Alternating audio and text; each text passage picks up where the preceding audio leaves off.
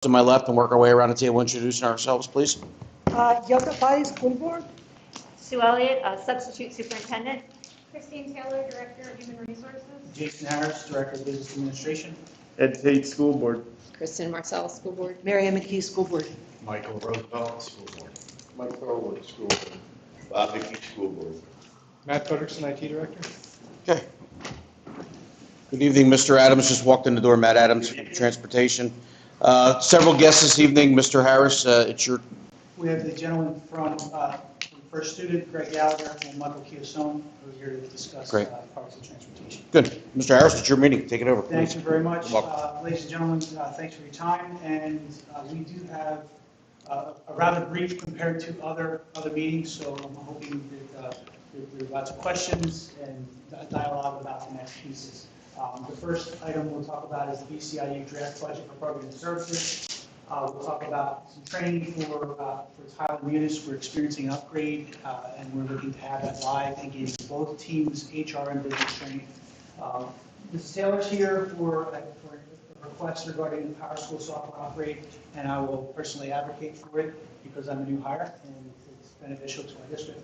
Discussion items, we have Zach here calling in from PFM. We'll have a Keystone Collections update, transportation update, food service update, and a final athletics request. There are 3 there. So right off the next slide. For Bucks County Intermediate Programs and Services, this is a very small part of their budget, and Mrs. Pally had alluded to it in her board report last week. The total is $2.2 million. The total cost to Council Rock is $139,000, which is about $251 down from last year. This is an annual approval pro forma.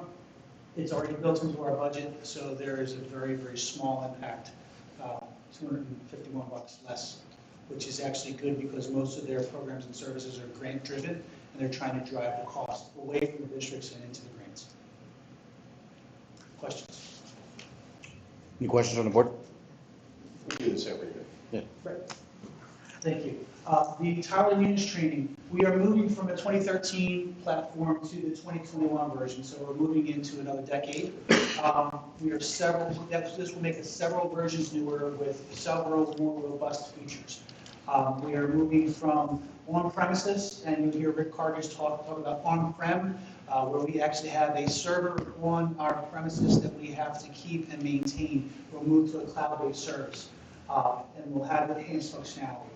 Part of the cloud-based issue is related to security, and God forbid, we have redundancy here, but we don't have to maintain those costs for that physical equipment year in, year out. The HR and business office analysis, we will have a dedicated specialist for usage, processes, and training on the new functions, and they will be on site for both departments. So one person for each department to go through each of our processes, to sit with individuals to say, how do you use the program, here are some of the new features, and then we can eventually roll that out to the buildings, to those people who have munis level responsibilities, specifically principals and secretaries of building level budget responsibilities and whatnot. The cost of the opportunity is budgeted. It's $24,000, and it's funded primarily from a credit when we made the switch from on-prem to the new system. So we got a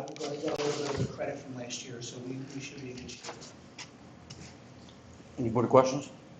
Just a quick comment, and it's not, I mean, it's fine. I mean, when you move to the cloud, it's nice to say the security and the data is somebody else's thing.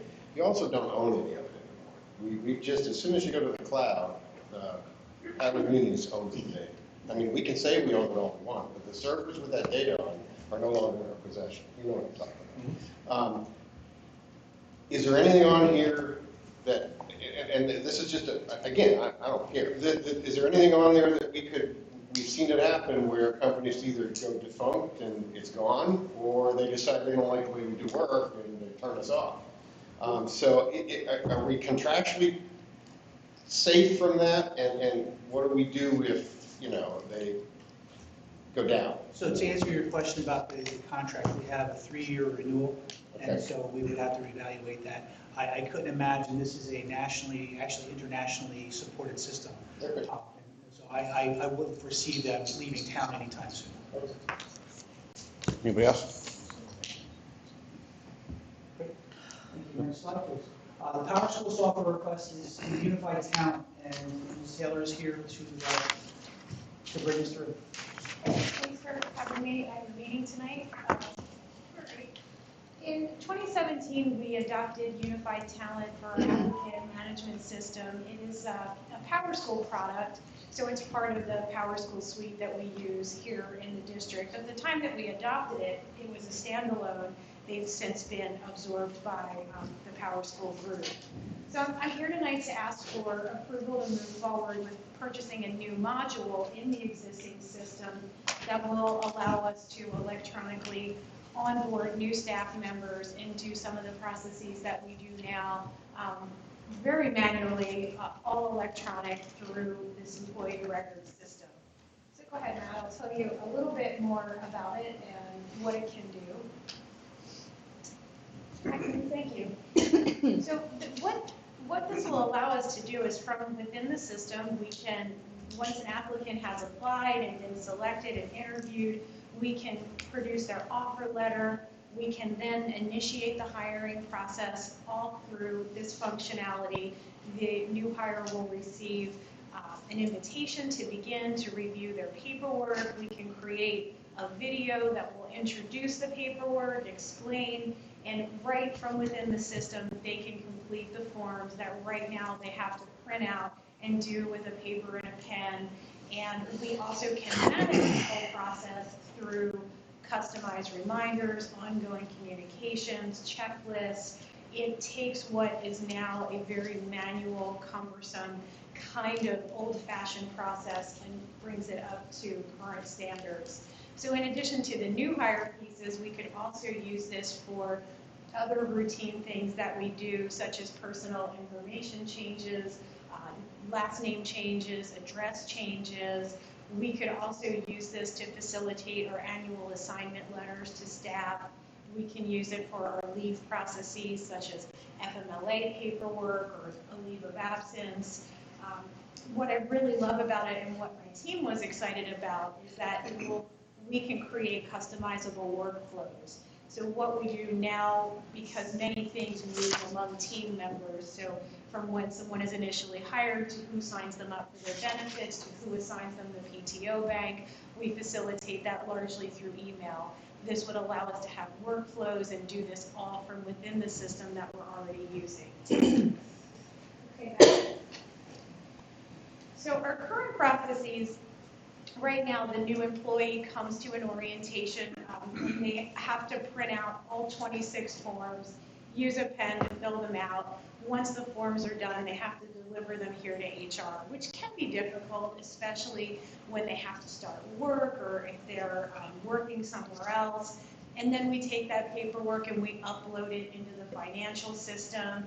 We email to communicate, and we have all kinds of similar processes for name changes and leaves.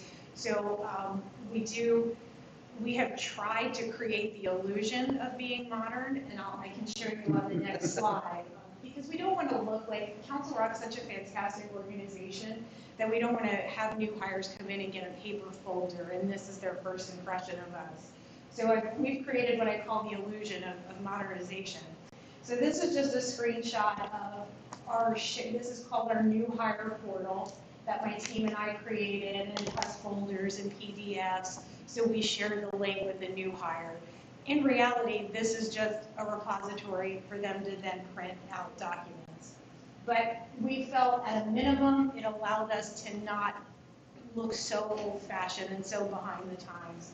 So this is one of our illusions of being somewhat modern. And what I don't like about this is that it puts all of the onus on the employee to print them, to deliver them, so it's not very user-friendly to our new staff.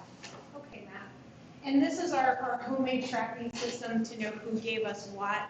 When you work in a school district, there's a lot of required paperwork. It's absolutely essential that people have the paperwork that they need. They're going to be working with our children. So this is how we track that and how we make sure that when Christine was hired, she turned in everything she needed to. So we do our best using technology to facilitate the work, but it's not what software that's designed by software engineers can do. So I'm here to ask for this because I really think that it will make us better. It will raise our standards. I think it'll make a very good impression on our new employees. It also, I think, creates a lot more efficiency. So we try to be as efficient as we can right now by utilizing designated email addresses for name changes. We have a specific email called name address change. We have our Google site, and we have all of the things that we use within my department that I think are nice, but this would really create, I think, a new level of efficiency with being able to have workflows and to communicate.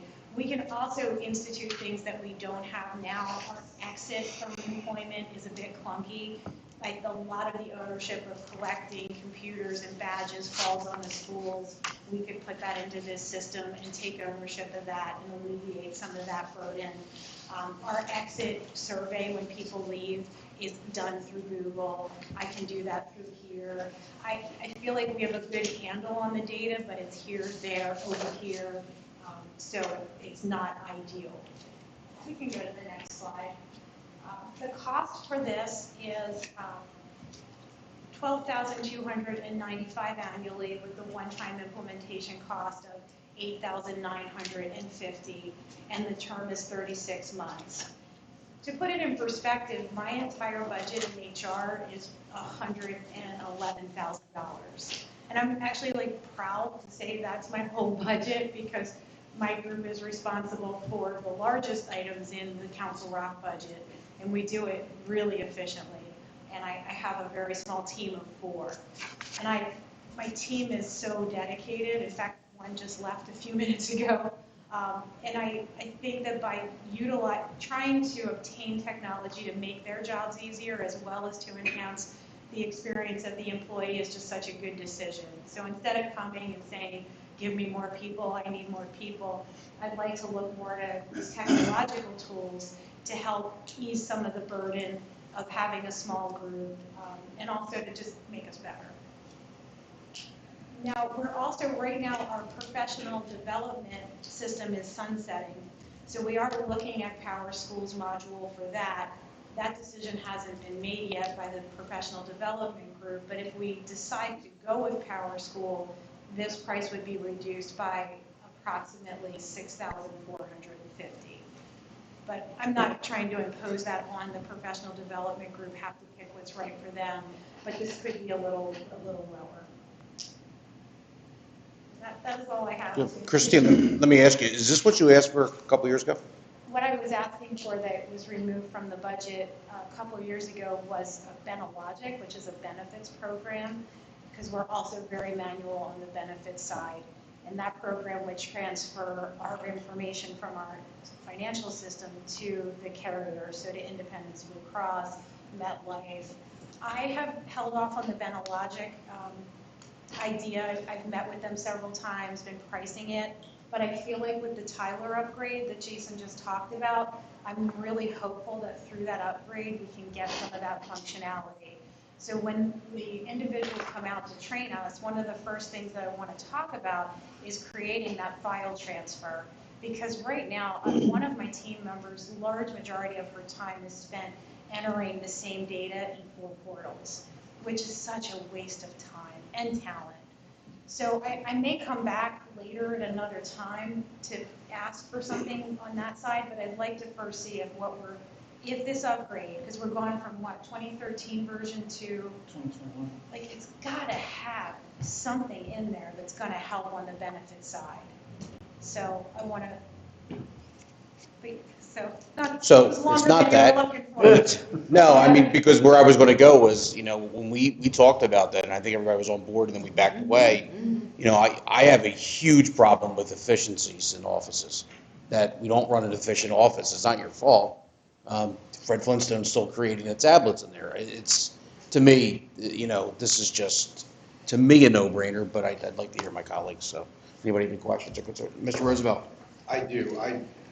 It does sound like what you're doing is time intensive. It sounds like there are some room for errors. And it sounds like this is going to resolve that.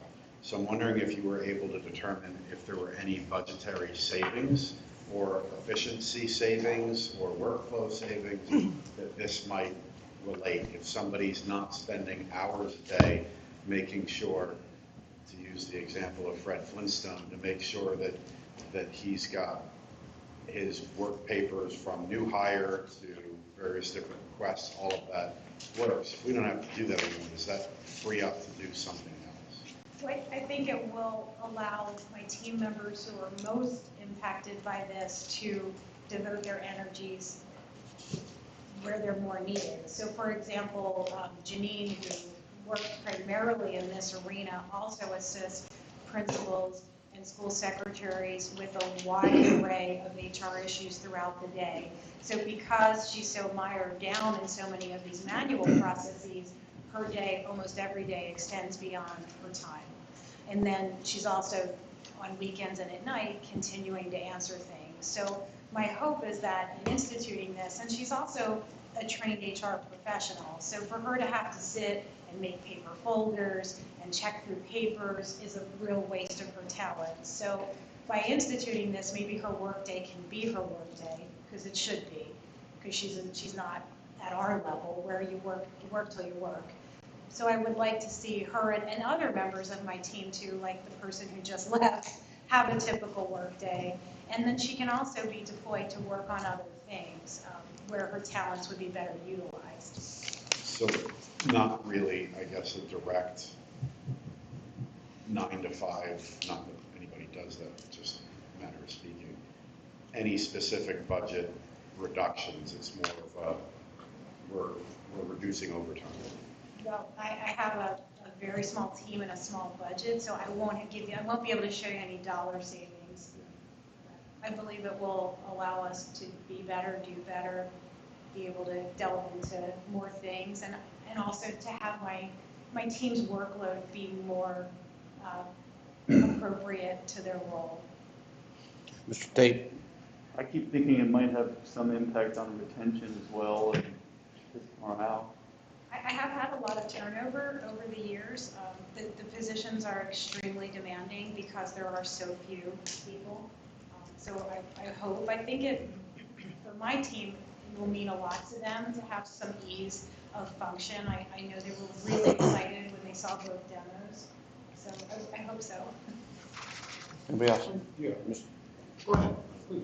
Mrs. Marcel? I'm just going to add that I think this is a great direction to be going in, and to Mr. Solomon's point about the Flintstones.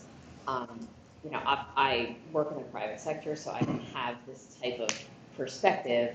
Like everything is digital, and there's no paper, and so just hearing you talk through that, I really think this is a direction we should be going in and encouraging as much as possible. That moving, because there are efficiencies, there are clearly advantages for the employee for ease of use.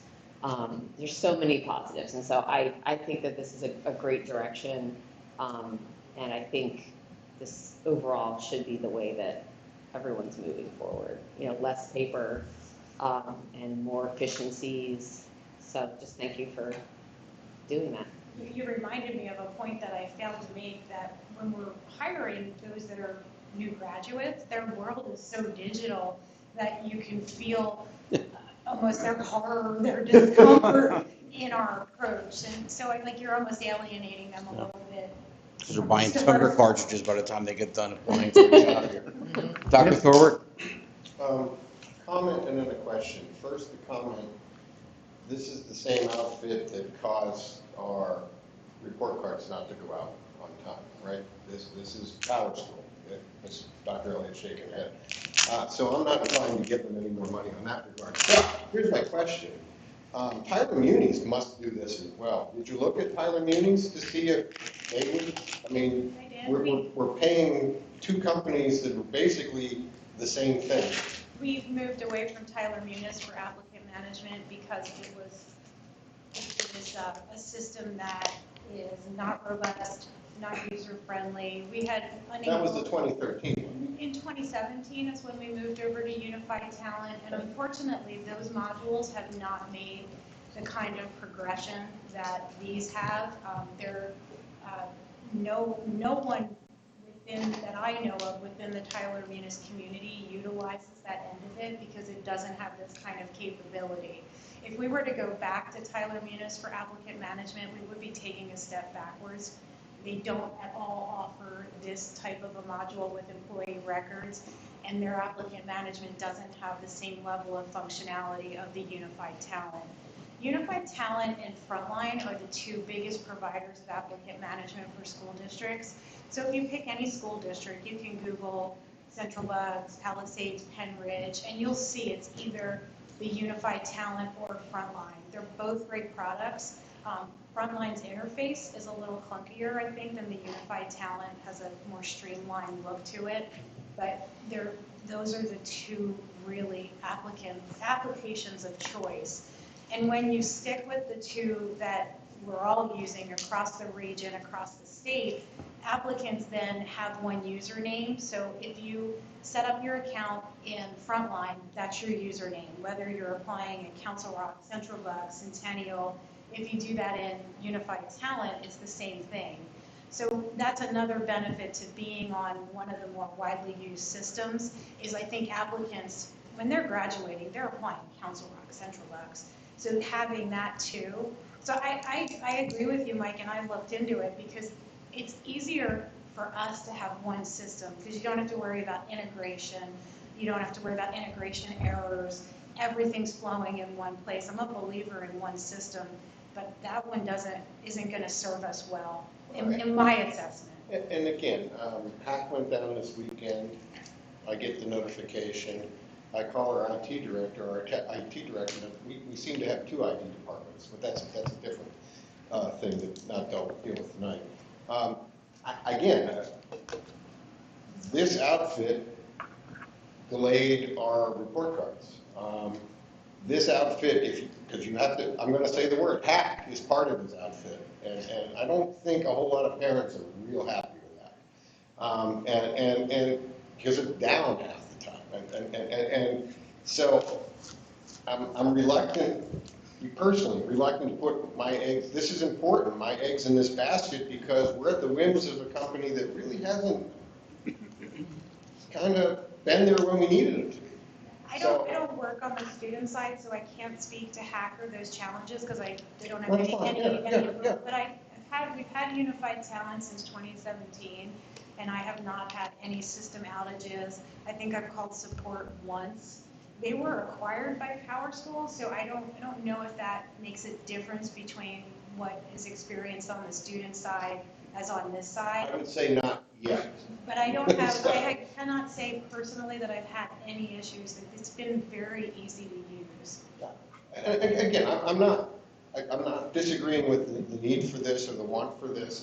It becomes, our community's been through the ringer, and when we do things like this and put it in an outfit that just twists and it doesn't seem to respond, and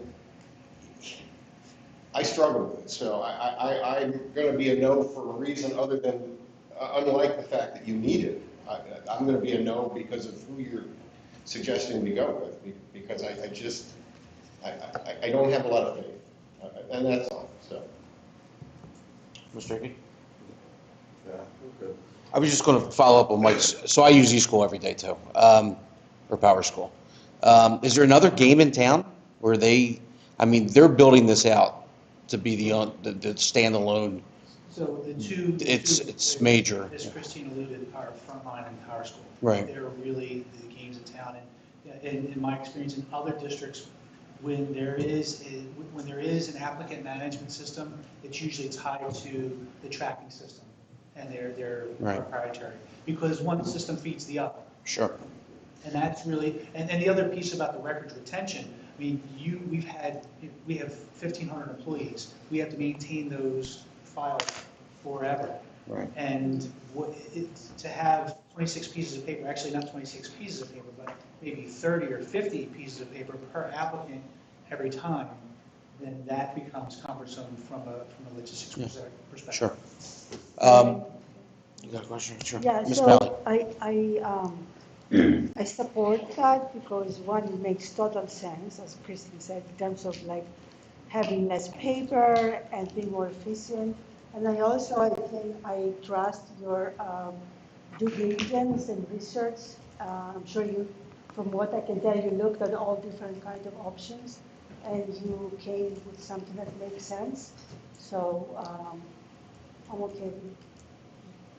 So just to be clear, what are the costs of this? The costs. So your existing, correct me if I'm wrong, it's $12,295. That's all, we're already That's paying the that. budget now. Right.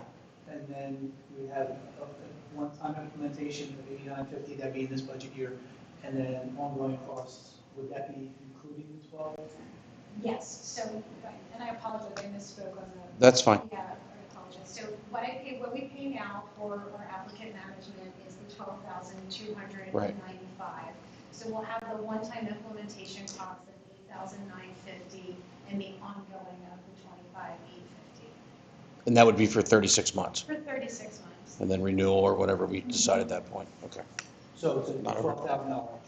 Yeah, not overly clear. I just want to make sure we were all clear on that, that's all. Okay. Mr. Roosevelt, another one? I just want to come back after what you indicated, that Tyler Munis wasn't very good. Does that mean that we can move away from Tyler and go everything with Power School? And if that's the case, the question I think becomes, do we want to have all our eggs in one basket, especially if that basket sometimes tips over? Just to clarify, the applicant management side of Tyler was not working for us. We made a decision to move away from it. And it's of their products, of their many modules, that module is not very robust and not very sophisticated. If we go forward with this upgrade, I'm curious to see what things will look like. I did do my research to see what potentially this applicant management will look like, and it won't have anywhere near what this will have. They do municipalities, governments, not a lot of school districts are with Tyler Munis, so some of their functionalities are more robust, I think, on the financial side. The HR functions are okay. It's not a product that I, would give you a real strong let's go, but we're hopeful in the upgrade that we'll see some improvement. Is that fair? Yes. From a finance standpoint, could we go, is it the same thing where HR likes one and finance likes the other, and either they make other modules for those, but they're not efficient or clunky, or we don't like them? Correct. Okay. So I'll be transparent. The board made a decision based on information from my predecessor to move to the upgrade. And I sincerely wish I would have been a part of that conversation, because I think there are some functionalities that Tyler offers in the new version that we wish we would have had. But to marry all of those systems together, if Tyler offered the robust capabilities that Unified Talent offered, I think I would endorse that more. But I've been a Power School user in other places, even as early as 1997, 98, when it was the go-to when Apple still owned it. And that was the transformative work. So yes, it is possible, and eFinance Plus is the Power School product. I'm not as facile with the ins and outs of it, but I know that there are other districts who use it, and they're quite happy. I worked with eFinance Plus and other districts as well. When I came here, Tyler Munis was in place, so it has been since I've been here. And to that point, the board spent $150,000 for the upgrade, and I would not feel very good about myself if I said, okay, 90 days in, guys, we got to change our finance program, and you come back to me and say, you just spent $150K, what's the problem? So when the contract's up, we may reevaluate, similar to what we're doing with Unified Talent. When is that up? I believe we have 3 years. So just to give a little bit of historic perspective on that, we discussed last summer migrating away from Tyler Munis and reevaluating systems, and the decision was made that there wasn't sufficient time to do it in a fashion that would allow us to do the upgrade. The version of Tyler Munis we have now is being discontinued at the end of this year. So we had to do something. We didn't feel we had enough time to truly evaluate all the systems in the market to do a fair analysis and to pick a new system. So the decision was made to move to the Tyler Munis system, but to move to the latest version. If I were to go to Tyler Munis today as a new customer, the version we're migrating to is the version that they sell, which is completely cloud-based, and it is modern.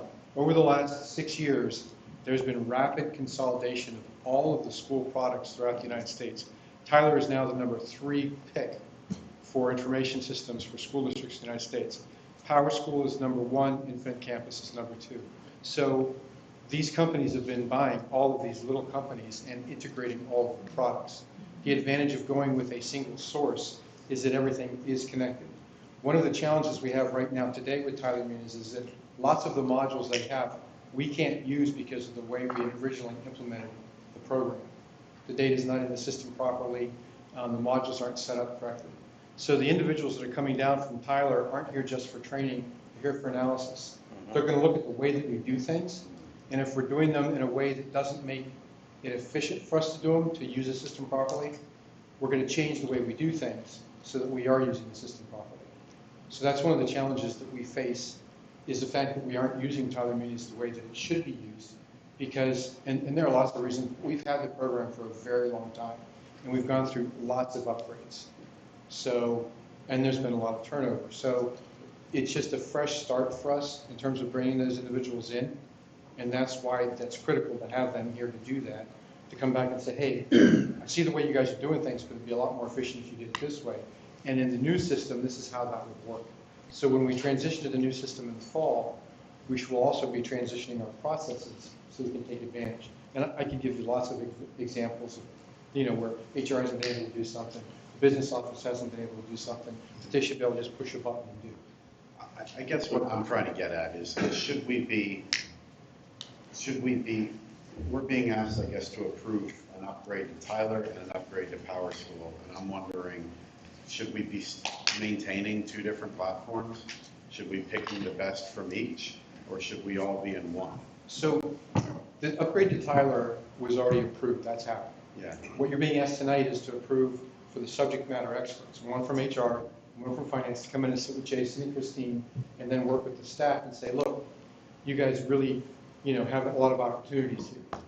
What Christine's trying to do is upgrade the talent ed system that she has so that she can move from paper to a digital system. Yeah, and it's not an upgrade, it's a module that exists that we don't have.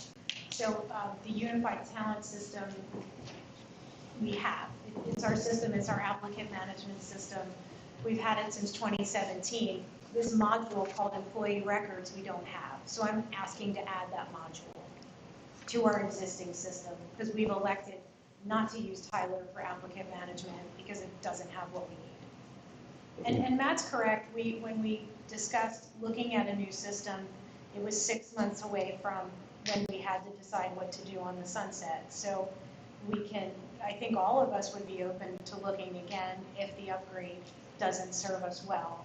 And we can also talk with Central Bucks, has Tyler Munis, they're a newer client on the newest system. So I know we can talk with our partners there too about what's working for them, what isn't. Bciu also implemented a system from Oracle, which they like a lot. And when they purchased that system, they purchased it with the idea that down the road, they would be able to offer those modules to any of the districts that they support. And I've been in constant contact with them. They're not quite ready yet, but the system that they're using is much, much more advanced than anything that I've seen from any of the Infinite Campuses and the Power Schools or anything, because we're talking Oracle, right? They're in Fortune 100 companies, and they have probably 57 different applications for running a business. So I'm in constant contact with Dan Lazoch up there. Keep asking him, when are you ready to demo? When can we talk about potentially migrating over? They implemented, I believe, the finance section. Did they do HR first or finance first? So HR was halted by the pandemic, so Karen mentioned that she would be bringing us back in to show us soon, but their progress got slowed. So Right. I don't think that it's fully implemented. No, I don't think it, but by the time we're done with the Tyler Muni's contract, I'm pretty sure they'll be in a position that we could probably leapfrog into that, Which would be exciting. which is, I think, long-term what we talked about doing before. Do any of these systems need to talk to each other? Does finance and HR systems need to talk We to each do. other? And our other systems, we work with information systems supports for all the integrations. So they run the scripts to integrate from the systems into the others. So we do that work here. Mr. Rickey, you have a question? You said that you have some gentlemen coming in from Tyler. Now, when are they coming in? Well, we have to approve the contract first, and then we have to schedule. I mean, is it possible, because you said that we were missing things that they had to offer, is it possible that they could offer something that could help HR along? I haven't seen the 2022 version of Tyler Muni's Town Ed. I don't know, if you look at on the website, they say they do all this. I don't know if they do or not. I don't know if Christine's looked at that module or not. So I don't know how to answer that. I mean, I don't know. They might, but I don't know. Well, I did look at that, Matt, and I did talk with Central Bucks because when they went with Tyler Munis, they did not go with their applicant management system.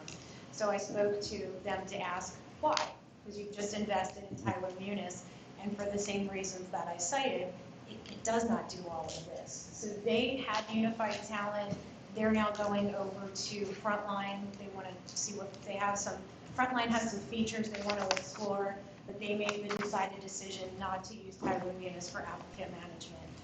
When I did my research on their website, I did not see the same level of functionality that we have now with unified talent. If I had to go back to Tyler Munis, we would, but I would be disappointed in that.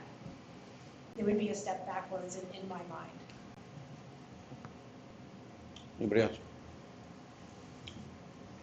Oh, I think you're good So we'll mark that for on the agenda. vote, or? You said you were in that. Yeah. So, not I'm going to consent. be a no on this one. So not consent. Okay. That's fine. I won't go crazy at the meeting, but I can't get it. Can we adjust the term? To what? Well, something less. I'm just wondering if these systems all talk to each other and they need to integrate, that we should probably find one system that gives everybody what they're looking for, if it exists, that can talk to each other. And if Oracle may do that, but we don't know if they're ready yet. I don't know if this is a 1 year, a 2 year, or a 3 year thing, but I can talk to Rob Cox. I know he usually helps us with out Contract. language if we want to exit sooner, so that may be the way to respond to your question. Well, and are you, I'm sorry, go ahead. I was just going to say, I think everybody agrees that you need these functions. I don't think it's more of a question of who's going to provide it and are they reliable? And are we being efficient instead of everybody going on to different systems for different, and then we have problems because they don't want to talk to each other in a year or two or after an update, and then we're in this problem of having all these different systems. What's nice about this system is it is the system that the applicant begins their journey on. So today, if you apply today, this is Unified Talent is the system that you'll use. So the next step is to be onboarded and complete your paperwork. So you're going to be on that same journey in that same system. So we're not trying to introduce another login, another system.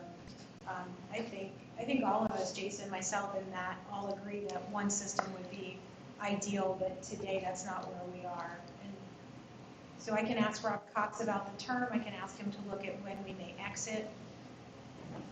I think the Oracle solution would be at least 2 to 3 years down the road. Implementing a new financial HR system is a big lift. It's daunting. Yeah. It's daunting. Let somebody else work with it for a while. Right.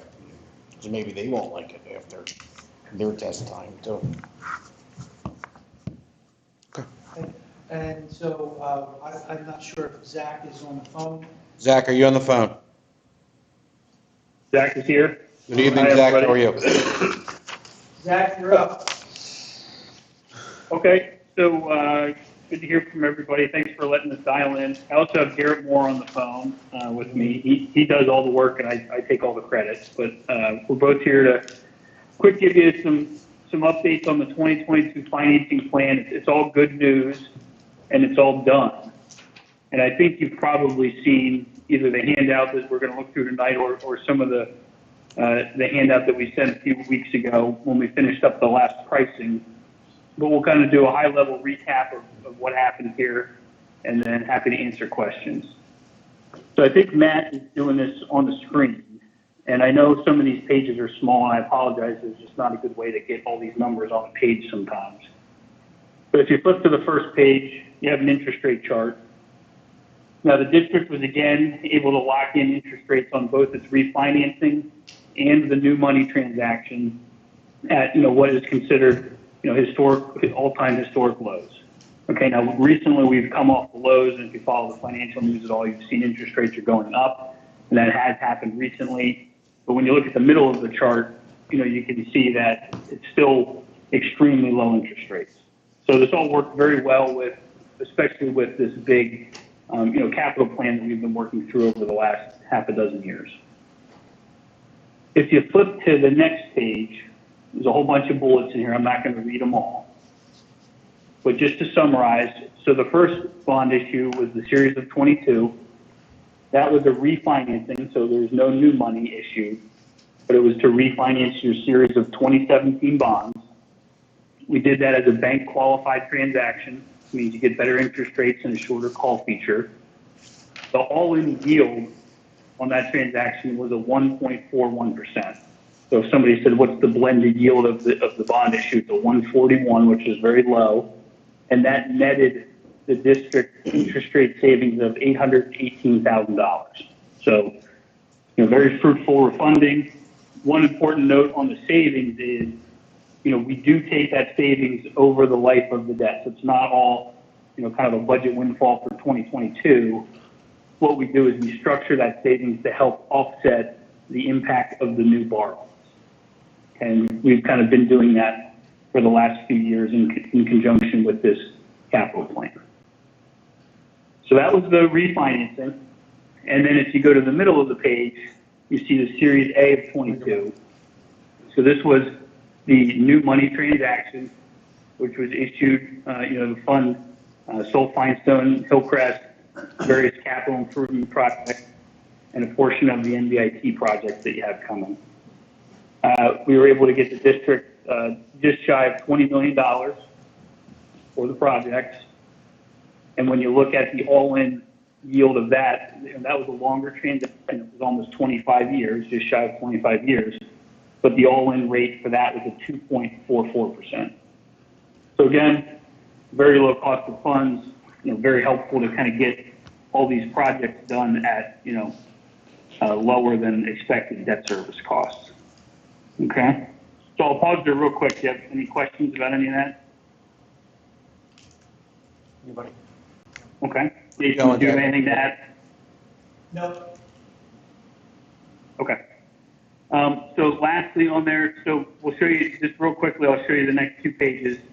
In order to complete kind of the projects that that I think you have on the docket, there's expected to be another borrowing in 23 and 24, and then potentially one in 25. So we'll walk through those numbers real quickly. And as a reminder, we have in the back of this report that everyone can read separately if you can't fall asleep, but it has your credit rating report, which reads very well. The district has maintained a AA stable credit rating with S&P. They view very, very favorably your finances and how you run the school district. And, that's very important for when we go price all these refinancings and new money bond issues. So that's in the back. Page 3, I'm not going to go through in detail. It's very small. But this is what we call your debt summary. So the top half is your gross debt service. And then over on the far right, you can see what your actual payments are. I'll tell you, they're right at about $18 million, okay? And then in a few years, they drop down to about $15 million, and then they continue to tail off. So as we've issued these borrowings for the new projects, we take into account your existing debt, and try to minimize the impact it has on your budget. Okay? Now, if you flip to the next page, still a small page, it's colored, and some purple, blue, red. Tell me when you're there, Matt. You're there. Okay. So on this page, what's happening is we're showing you in the purple, that's what we completed in 21 and 22. Those are all locked in, those are completed. So right now, column 15, kind of right in the middle of the page, the black and gray, that's what your annual debt payments are now. And if you do nothing else, that's what they would stay as. And as I said, they're right at about $18 million, which is right where your budget is. And then they kind of tail off down to 15 and 13 and so on. So what's left on the capital plan is column 16, 17, and 18. And it's about another $50 million worth of projects over the next 3 years. And the way that it's going to shake out is when all the dust settles, if you kind of move forward with those borrowings, you would end up in column 19. Those would be your new payments. Now, as we've worked through this plan over the last, 6 or 7 years, we've always tried to keep what your new payments are below what's in your budget. And over in column 21, it shows what's in your budget, which is $18,766,000. So the neat part about the rest of this plan is you really already have all of this funded in your budget right now, except for 2 years in column 20 where you're going to go above the $18,766,000 that's in your budget. But everything else, you kind of are able to fit in to your existing debt portfolio without increasing your debt service budget. So the plan's worked, again, it's been in motion for years, but it's worked pretty well, and they're able to fund all these various projects and still keep your debt service budget relatively stable. So I know that's a mouthful. Can I answer any questions about this? Any questions on the board? For some of you, you've seen this page a lot over the years, but for a few of you, it might be new. Yeah. Mr. Roosevelt? I was just going to, Mr. Harris, have you seen this and gone through all of this? I have, All right. And then has Mr. Hidalgo? yes. Okay. I just find it very difficult. It wasn't included in our slideshow. We don't have it. It's on Word docs. It's hard to see this. It's actually located on Word docs. You can download the All right, PDF. great, perfect. And so I wanted the board to pay attention to the bottom line, the bottom right number, and you see estimated fund balance needed. You see some red in column 20, which is what Zach and Gary were talking about. With you actually exceed your debt threshold in your budget. So you have two choices: either you raise revenue to cover that in those 2 years, or what we've done is we've built in capacity into a capital reserve to actually pay that down. So there would be one-time uses built into the future years, which would be a net zero impact on the general fund budget. So you wouldn't have to raise taxes for that 1.5 million. Mr. Tate, please. Were you referring to the same 2 years that Zach just mentioned? Correct. And when is that? So those are, 23 and 24 school years? And what do we have to draw? Correct. So in 23, 22-23 school year, it would be $207,000 drawdown, and then in the 23-24 school year, it would be a $1.3 million drawdown. But we already have the funds in existing cap reserve. Right. To just make the transfer. So we would realize it as we book the budget, but it would impact a need for additional revenue. Yeah, great, thanks. Jason or Yeah, Zach? for a number of years now, those two budget years were always going to go above, Right. above the bogey of what's in your debt service budget. So, the board kind of planned ahead, and as Jason said, put special money aside to be there so that you wouldn't have to increase your debt service budget to make it through those 2 years. Jason, I know it's probably an open-ended question because we can speculate, but today's news of inflation, 7.5%. We have one school without air conditioning, and that's scheduled for 23, 24.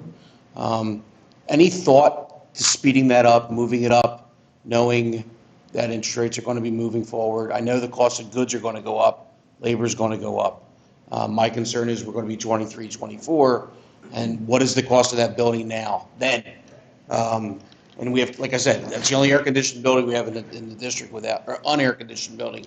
So is there any conversation, or could we have that conversation?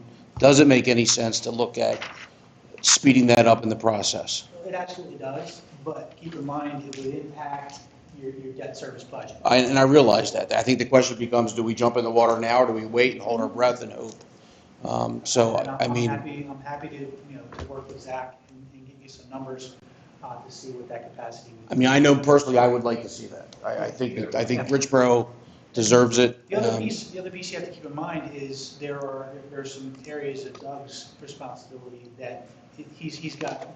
There's only so much capacity that he and his team can manage. So I certainly wouldn't want to speak. I wouldn't speak for him. He's not here. Capacity. I'm just asking, since we have our financial people in there, that I think that's a perfect world, and I don't know if that's a perfect world for us. CPI running in at 7.5%, so, I mean, that's enormous. Yes, it is. We haven't seen that in 40-something years. Right. Yeah, 42? I think it's 41, 42. Yeah, it's been a long time, so. Yeah, and my concern is that interest rates are going to skyrocket, and everything is going to, and then we're going to be here 3 years, or some of you may be here 3 years from now saying, we still have a school to do, and look at the cost. And so to keep in mind that when the board borrows money, there is a limitation on how long they can actually keep it on deposit before they actually have to start using it and spending it down. So we want to make sure that we can time the borrowing. That's why you have several years of planned borrowing. So Right, sure. These are the projects, and we'll meet next week to talk about approving those projects that we've already bid. We've borrowed the money to do it, now we're going to spend it down within that time. So A, we're not making money on the interest, which would trigger an arbitrage penalty, and the taxability, the tax-free status of the bonds. So we want to stay out of that water, but we certainly, if we can get aggressive on that, and I have permission from the board to explore it, I'll do my best. And I don't know if this is the platform to do that, but I wanted to bring it up. I think this is the platform with a nod for, I don't think Jason's going to get this done in a week. So I think that He's just looking for information, but. Well, there you go, because, I mean, Mrs. Pally, I mean, I don't have any comments, but, I mean, I like to be more aggressive than we are. And I think, like, given that information, I think it's worth doing. And I also think, like, if it's something where we need to do some kind of like joint meeting so that we can have the right people in the room, so that it's not like, oh, we're missing one person. Like, if it's worth having a discussion in the beginning of one of the committee meetings, you know, because I remember, I feel like I remember from talking to Doug also that he's talking about like the time of the year and like when the bidding is done, Right. when the project, like there's like a rhythm to it. And so, you know, so I just think it's good to get like everyone Right. in the same room to talk about it, because we also have a very, you know, everyone calls Richboro Middle School like very tired. And so, you know, how much longer can we keep Well, that's always using been that my back school? concern, right? Yeah. Right. So anyway. Yeah, so I like the idea of like thinking ahead and trying to capitalize on what is happening. My only concern is that the inflation is already up, and we have to see the economic like outlook, what is expected to happen, because by the time we think of that and we get like bids, maybe the numbers will be high because they will reflect the higher inflation cost. And I don't know if it would be better off writing it out a little bit until the inflation comes down, so we get better bids. So, but that's a pure economic, yeah. So, but I agree to collaborate with Doug and see, you know, where we stand. Yeah, we could be completely off base, but I'm really concerned about Richmond Middle School more than anything else. When you have to have a hot water heater brought in from halfway around the country, but that's just the world we're living in too. But that building concerns me, Mrs. McKay. No, I just want to agree with you and second that. I think it's always been a priority for us, not just that building, but making sure every building has air conditioning. I think generally speaking, we all agree that's a priority for us. Yeah, and the sooner, we've talked about this a lot of times, I agree completely, because the sooner you renovate an older building, the sooner you get rid of that maintenance expenses that are associated, so, yeah. Good. Yeah, I would like to see like a meeting with both of you, because, I mean, maybe you could put the air conditioning, like, could you put the air conditioning in without affecting what's going to happen the fall, you know, most likely not. You know, and then like you said, how long does Rexboro Middle will it have capacity, because it will be ending next year. I mean, another possibility is Yeah, right now the plan is, correct me if I'm wrong, is that that building's gonna sit. for a year, Sit. Correct, for a year. which isn't gonna help. Or we consider moving Richboro into Richboro Right, Middle for School. 2 years. For 2 years. But that's, again, that's a conversation. It's just, I'm concerned about inflation, I'm concerned about a lot of things, and if we can be aggressive, I think, to your point, we have to look at the whole outlook, but I think I'd like to be aggressive, and I think now more than ever. Zach, we have some homework. Yeah, no, I think, Ed, you asked that initial question, but yeah, we're happy to work with Doug and Jason, and, we'll run some scenarios, and we can report back. Great. Thank you. Okay, any other thoughts or questions, or anything Anybody left else out, on board? Jason? Good job. Zach, as always, thank you for your help and your honesty. We appreciate it, always. Yeah, absolutely. Well, we like working with you, and we'll talk to you soon. Thank you, sir. Thank you. Have a good evening. Thank you. All right, thanks, sir. Take care, bye-bye. Thanks, sir. Transportation. Mr. Adams is here, and we're just here to update you. The board was sent last Friday a narrative PowerPoint to give you the updated information on where we stand as far as the contemplating of awarding a new transportation contract. We have our friends from First Student here. First, were there any questions related to the narrative PowerPoint? Did you hear it? Was it? There were certain limitations. You had to click on each slide. I apologize for that, but I wanted to give a vocal overview, because putting a few slides together without being knees under the table, it would be diminutive in its effort. That was very Great. And we are slated to onboard Sierra Car Care Monday, correct? Yep. So we're looking at repopulating routes and considering some efficiencies. And Matt, could you just talk about how many drivers will we free up? Yeah, it's we're primarily targeting high school and middle school time frames. Is where we've been having the most coverage issues currently. So with the addition of Sarah Car Care and for a student being able to bring in some additional like 9-passenger type vans, it gives us back a good chunk of capacity in the middle school time frame, like the 34s, 52, 35, 88s of the world that have been just, that really haven't run very much since December time frame. So we're going to get a good chunk of that back. We were able to free up a couple of drivers, like their entire morning or their entire afternoon, to really boost that capacity. So I think that come Monday, we are in a very good position to cover all of the routes every day, barring some, like a really heavy number of call-outs. But, on the average day, we'll be in a good position. Any questions from the board? So that's Monday. Valentine's Day. I know there's lots of interesting folks. I don't know how many of them are watching us tonight, but that should be very good news. Yeah, I will say some of the parents who have expressed concern, Matt's done a great job communicating with the parents and explaining the complexity of the problem. And Michael's here. He's our boots on the ground guy. He works here in our depots and makes sure that that we have an interface of communication. And if I could just turn it over to you for a second, Michael, to give an overview of a day in the life of a dispatcher. And I alluded to a Tetris puzzle, and he can explain it far better than I can, but the impact of routes for middle school is what we're looking to regain capacity on. But the dispatcher piece is really, they do a really yeoman's work on a daily basis to make sure that some of those routes run. Right, so the dispatcher pretty much is tasked with putting a puzzle together every day, okay? They start working at 5:30 in the morning to set up the routes that are gonna run that day.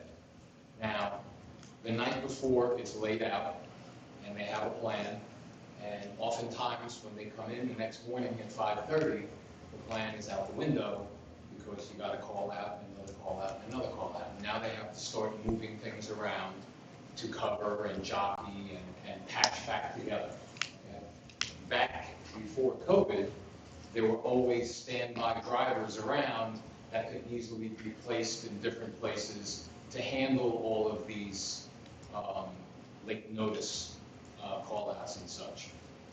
Because of the effect of COVID, the standby number has dwindled to the point where on a day-to-day basis, we have as many drivers as we have routes. So the first time someone calls out, the puzzle starts, okay? And if the entire route can be given to someone who has the time, it's done. If not, then maybe the high school is broken off and given to one driver, and the middle school is broken off and given to another, and the same thing with the elementary. That takes the dispatcher through the morning. Okay, in the meantime, they're dealing with parents calling on the phone and breakdowns and drivers on the radio who are stuck in traffic and police activity and all of those things. Okay. Then we get to the midday, which we never have a problem with. The drivers running the kindergartens, the AM kindergartens, the PM kindergartens. Those usually run pretty smoothly. Most of the drivers do not work during the midday, so there's always extra bodies around if there's a call out or a breakdown and such. So the middays run pretty smoothly. While the midday buses are running, the dispatchers are working on laying out the afternoon based on what information they have as to school closings, what driver's not coming in, and those breakdowns and those things. Okay. And the drivers work to set up the afternoon. If there's a run that's not going to be done, or a leg of a run that's not going to be done, they get that information to Matt and his team, who get blackboards out to the parents so that they're aware that bus 34's middle school will not have coverage. Please make arrangements to pick up your student. Okay? Which, before this year, didn't happen. Okay? This problem is exclusive to this year. And then the dispatcher goes through the afternoon handling radio calls again with unforeseen circumstances on the road, driver problems, police problems, school problems. And now we're also into the sports trips where a driver who normally would do a particular high school or middle school is pulled off of that to handle the bowling team or the basketball team or the football team. So we're running the sports trips at the same time we're running getting kids home from school, which again puts a stress on the workforce. Okay? We go through the afternoon, again, dispatchers handling the problems. As it gets closer and closer to the end of the day, the elementaries finish about between 3:30 and 4 o'clock. The dispatchers start working again on the next morning, okay, based on the knowledge they have. School closures, who might not be coming in, what buses aren't running, et cetera, et cetera. Sounds like a day. Every day. Every day, 5 days a week. And so I wanted to invite First Student here to take your direct questions. You know, I know the board has been inundated with emails, and if there was anything that you wanted to hear from the horse's mouth, that, you know, what other options we may have, you know, the board has been given its options on the table with, you know, doing a split contract, awarding the full contract to our current vendor, and extending the length of the contract to 2 years, and possibly splitting it that way as well. We've looked at other proposals that have come in, and the only one that's really viable is the one that came before you with Sarah Car Care. So right now, the two vendors that we're looking for July 1 and moving on are Durham and First Student. I wanted to give First Student an opportunity to dialogue with the board so that they can kind of feel the pain that we've been experiencing from our community through your questions. My dispatchers and I have felt the pain since September. We have the same parents that call and email you, they call and email my office and myself, and I've been called some very not nice things, and it's hard to take sometimes, just like, you know, you hear it, we hear it as well, and that's our job, and we haven't been 100% on the money, we know that. But we've been here on this contract for 7 years. Actually, we've been here longer. And, you know, this problem is exclusive to this year. We did a pretty good job for 6 years, and, you know, this driver situation just crippled us. If I could add something, I'll introduce myself. Michael is the local manager. I'm the area manager, so I have it from Harrisburg and Philadelphia. So I have 20 school districts that we oversee in the eastern Pennsylvania area. So obviously, like Michael said, prior to COVID, you know, a lot of my districts, not to say we didn't have some shortages, we did, but COVID really took a beating on us as a company. The CDL drivers, I'm sure you heard in the news with the national driver shortage and everything, so that affected us. In this particular district, since COVID started in March 2020, we lost 40 drivers to COVID. We have a lot of older people that work for us that, you know, once COVID came, they felt a little unsafe with it, so they decided they weren't going to do it. We lost some drivers to full-time positions, but we've lost about 40 that we had in COVID, and we've only been able to gain back 17. So that's where you see where our gap comes in from where we were. Because prior to COVID, we actually had a surplus of drivers that we would send off to other districts that had shortages because we had an excess here. Obviously, that's not the case now. Right now, we run about 115 routes for Council Rock School District. We have a total of 114 drivers, that includes our spare drivers. We have 7 drivers on leave of absence for different reasons. So we have 3 of them returning back the 1st of March, back to Council Rock, and the others are as they work their way back. We have a pretty extensive training program. We always training and hiring every day. We have a recruitment for our corporate office in Cincinnati. It feeds down applications by zip code to all of our location managers.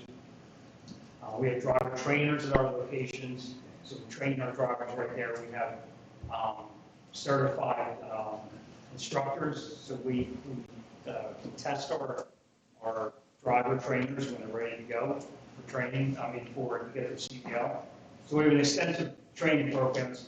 Takes about 40 hours of training to do before they become a CDL driver. That's if somebody comes off the street and has never had a CDL license. If you come in with a CDL license, it's about 20 hours of training that we do. 20 hours in the classroom, and we do about 20 hours on the road before they're qualified in order to get their license. The state requires 20, but then we have 20 of our own as a company that we train them on in the classroom and on the road. So it's pretty extensive. Right now, we have 3 steps in the process. We have a classroom training. Then we have the drivers, when they leave the classroom training, they go into, they have to go get their permits at the DMV. Then they come back to us, and then we call that behind the wheel. They're ready to work with our instructors to get ready to be tested. So right now, we have 5 people that are in the classroom. We have 3 people that are out getting their permits, and these are completed the classroom. And we have 5 people that are behind the wheel, which probably is, about 2 or 3 weeks away before it will happen. It's 40 hours of work, 40 hours of training, but you're really basing it on when the trainees are available to come in. Some are still working other jobs before they come in. We do pay for training. When they complete the training, we pay for it. We don't do it like upfront and right through the process because we do this CDL training. We, as a company, we lose a lot of people that come through the training process. Then they go down the street and go to Pepsi or they go somewhere else. So they come in and kind of use this for it. It still happens.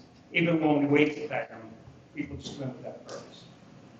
So those are the type of things that are happening at the location right now. I did just do a couple of things. I'll send a couple of notes here because I'm not going to give you just kind of where we are and what we're doing. All right, so some things we're doing to, obviously we don't want to be short. right? And we are short in a lot of our districts. I don't know if you're familiar with Central Bucks, they're short about 35 drivers right now. And they even have their own driving staff where they're short drivers. It's not 35, it's basically our number that we're short, and they're short probably about 15 or 20 of their own. So since COVID started, the original starting rate here for a CDL driver was $19 an hour. We increased it to 21 once we came out of the pandemic and things started to open up again. We just recently raised it to $23.50. We've done that with, I have 15 locations in eastern Pennsylvania and serve 20 school districts.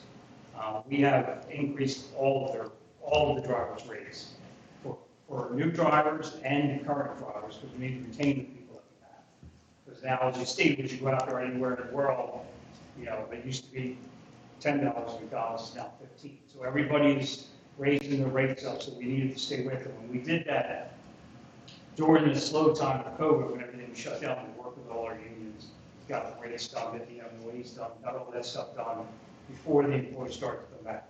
Now we're even hitting some of the districts for the second time. This one here, they went to 19, now we're up to 20. Went to 19 to 21, now we're to 23.50. We just raised Central Bucks to $23. We raised our Plymouth Meeting location up to $25 because we have like 50 drivers short down in that.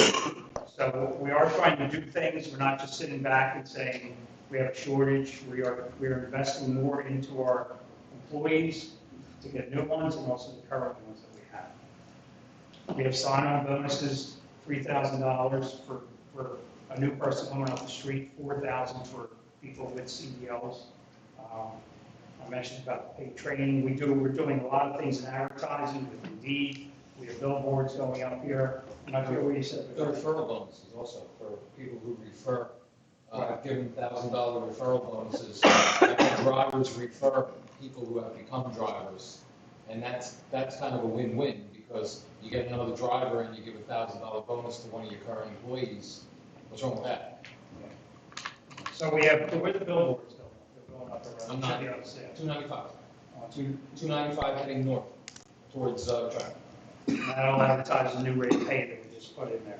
We're doing a mail, we do this in a lot of other locations where we hit all the zip codes. So everybody in the community here will get a postcard that says first students now hiring our starting wage, talks about our guaranteed hours and the benefits that we have in our CBA. And I understand, and talking with Matt and Jason also,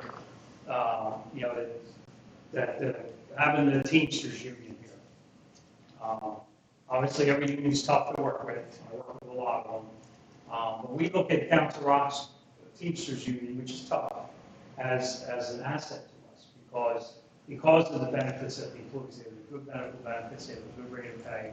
Unfortunately, they do have 10 sick days in their contract, and that's where it hurts us when that employee takes a sick day, right? It's a nice sunny day or something when they take a sick day. So one of the things we've done just recently is if they don't take their sick days in the contract, they get paid out in June at the end of the school year.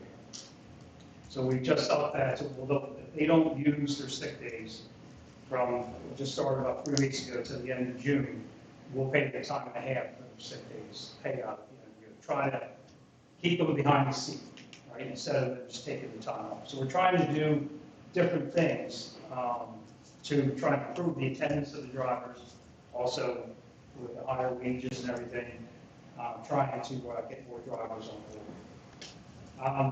I know it was a conversation, Jason and Matt talked about that, and I know it from the RFP, that there was 2 contractors that came in. It was us and it was Norm, who came in with bids.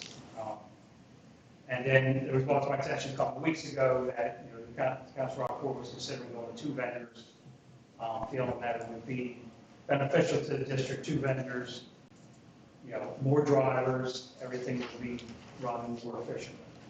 And I explained to the last meeting we had.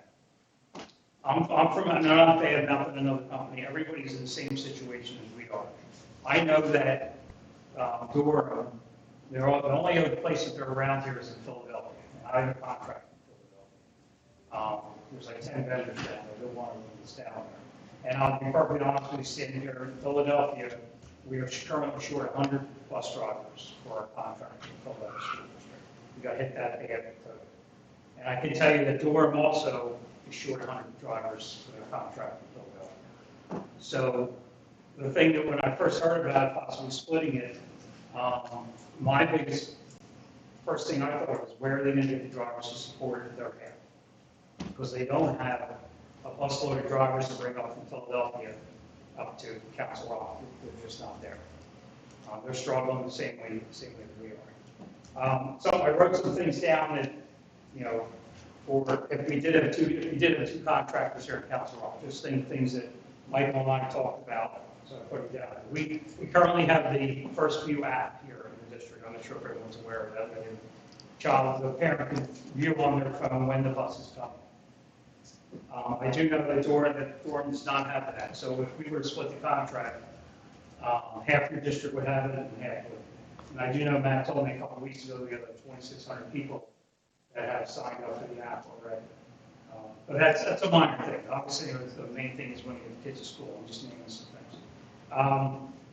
You know, you're going to have you'll have two vendors doing the routes, which can cause confusion with, for instance, two different school buses coming up to an elementary school, two different named companies coming up to an elementary school, a child possibly getting on the wrong bus.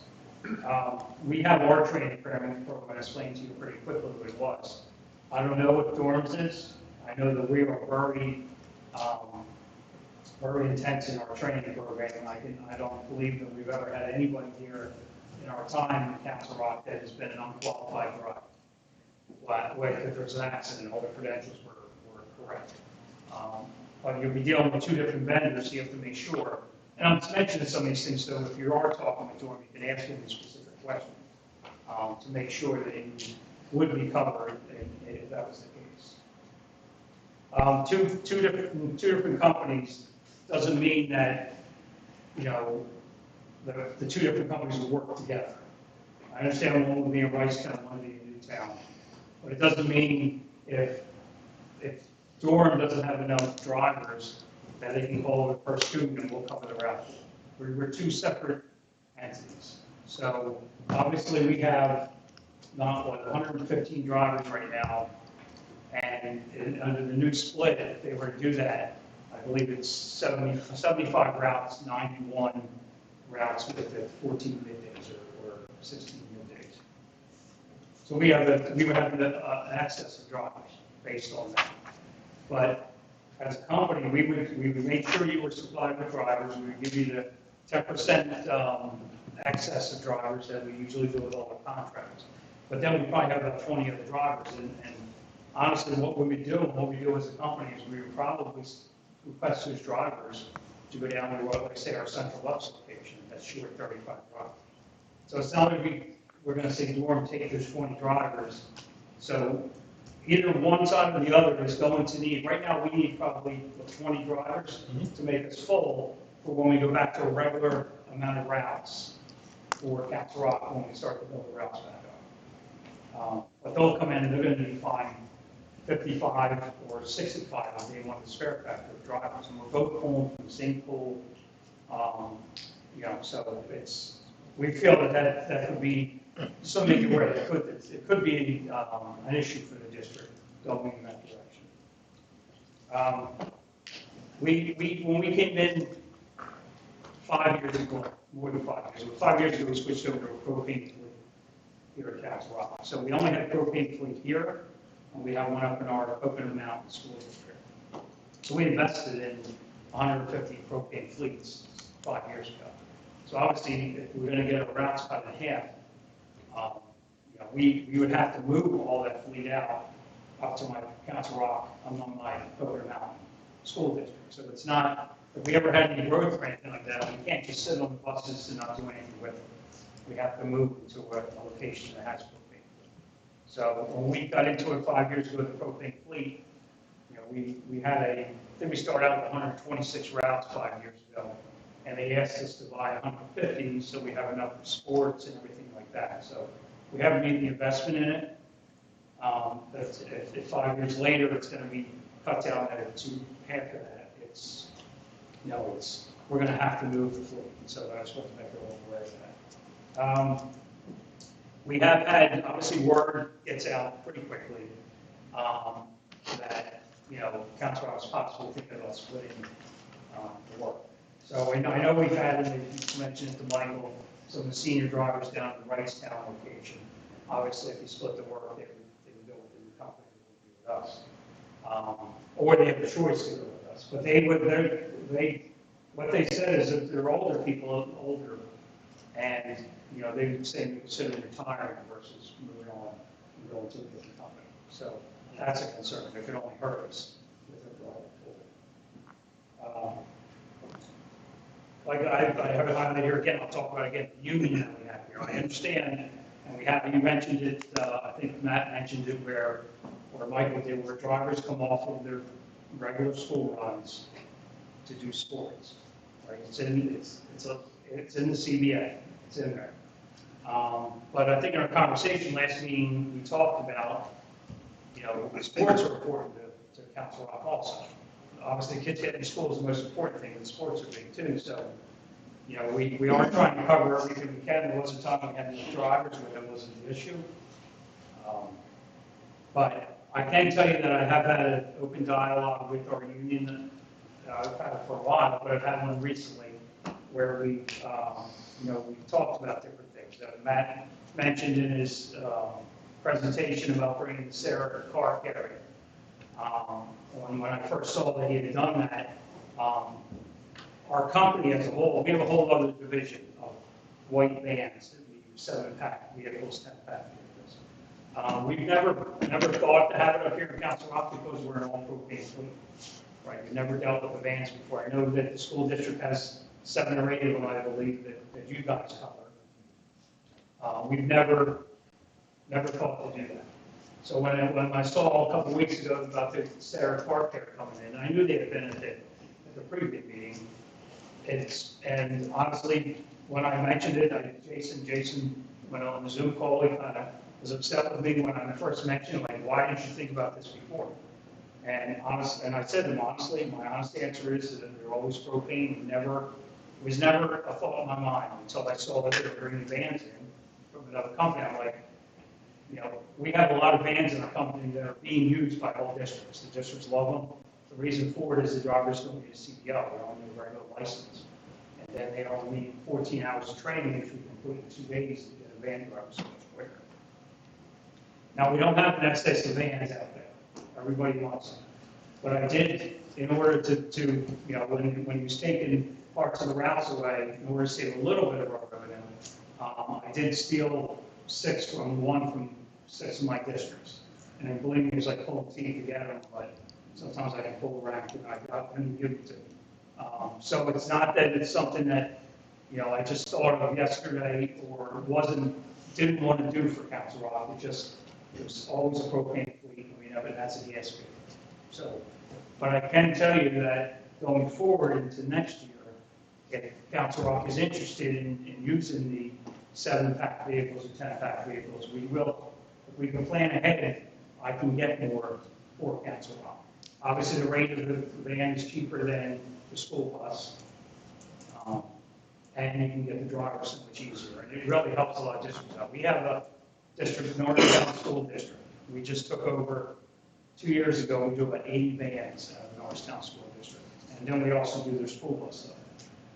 But it's really becoming a big business, and it's really more helping the school districts because they have a lot of kids going to school, one or 2 kids, and you just put them in the van with the drop, and it doesn't need a CDL driver.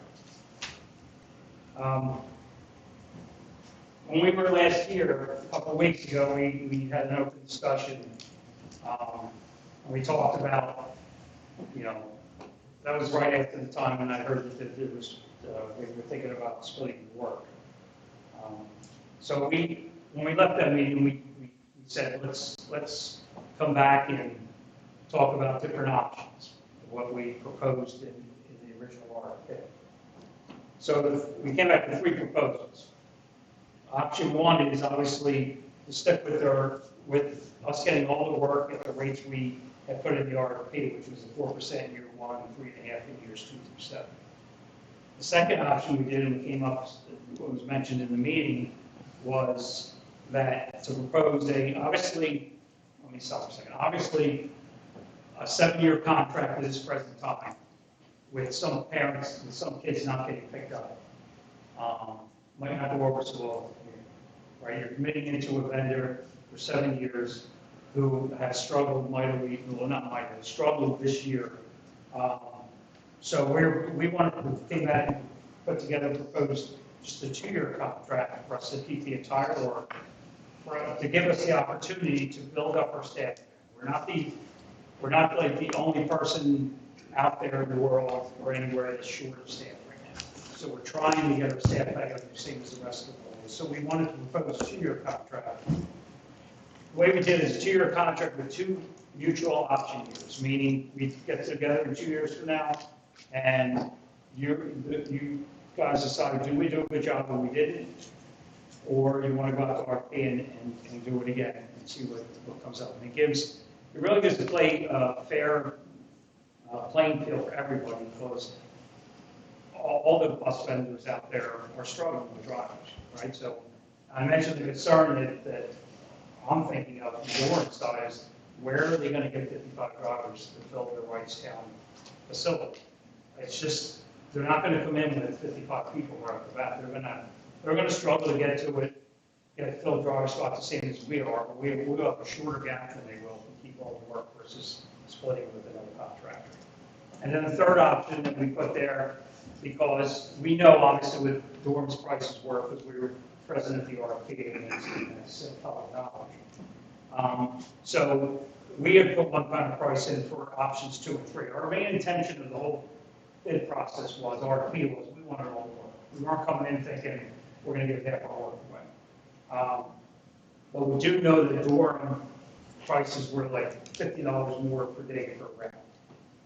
Overall, I know their whole day was about $80 more a year than ours was. Obviously, if you split in half the work, it's $500,000 more a year than ours if we split it. With them being at $50 more per day than us, they can easily, we have a top rate of $28 an hour for our drivers. They can come in, because they're getting more per hour, and say, we'll pay any first student's drivers $32 if we can afford it. So all that's going to do is, if people are enticed by that money, it's going to shift people that we have over to Durham. It's not going to improve that we're going to have more of a shortage than Durham's going to have.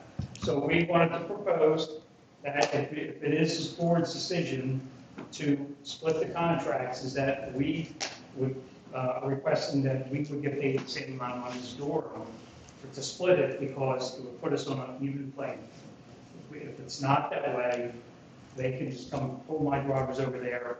It's not going to fix the main problem of getting more drivers. Unless we're both playing on the same playing field. Another thing that we put in there, and we should have done it in our RFP, because we do it in other contracts. We like to give out scholarships to the graduating seniors at the school district. I have it down I have it in Pocono Mountain School District, I have it in Pleasant Valley School District, Lower Moreland School District, where we give them 3 to 4 $2,000 scholarships every year to give to the graduating seniors, to show that like we're a partner in the school district. So we wanted to propose giving out 5, because the size counts for our school district, 5 $2,000 scholarships annually to the graduating seniors. And we're going to do that whatever is decided. So I'm not just doing it as sort of like an incentive. We're willing to do that. And honestly, we probably should have done it the last contract, because it's important that we do that.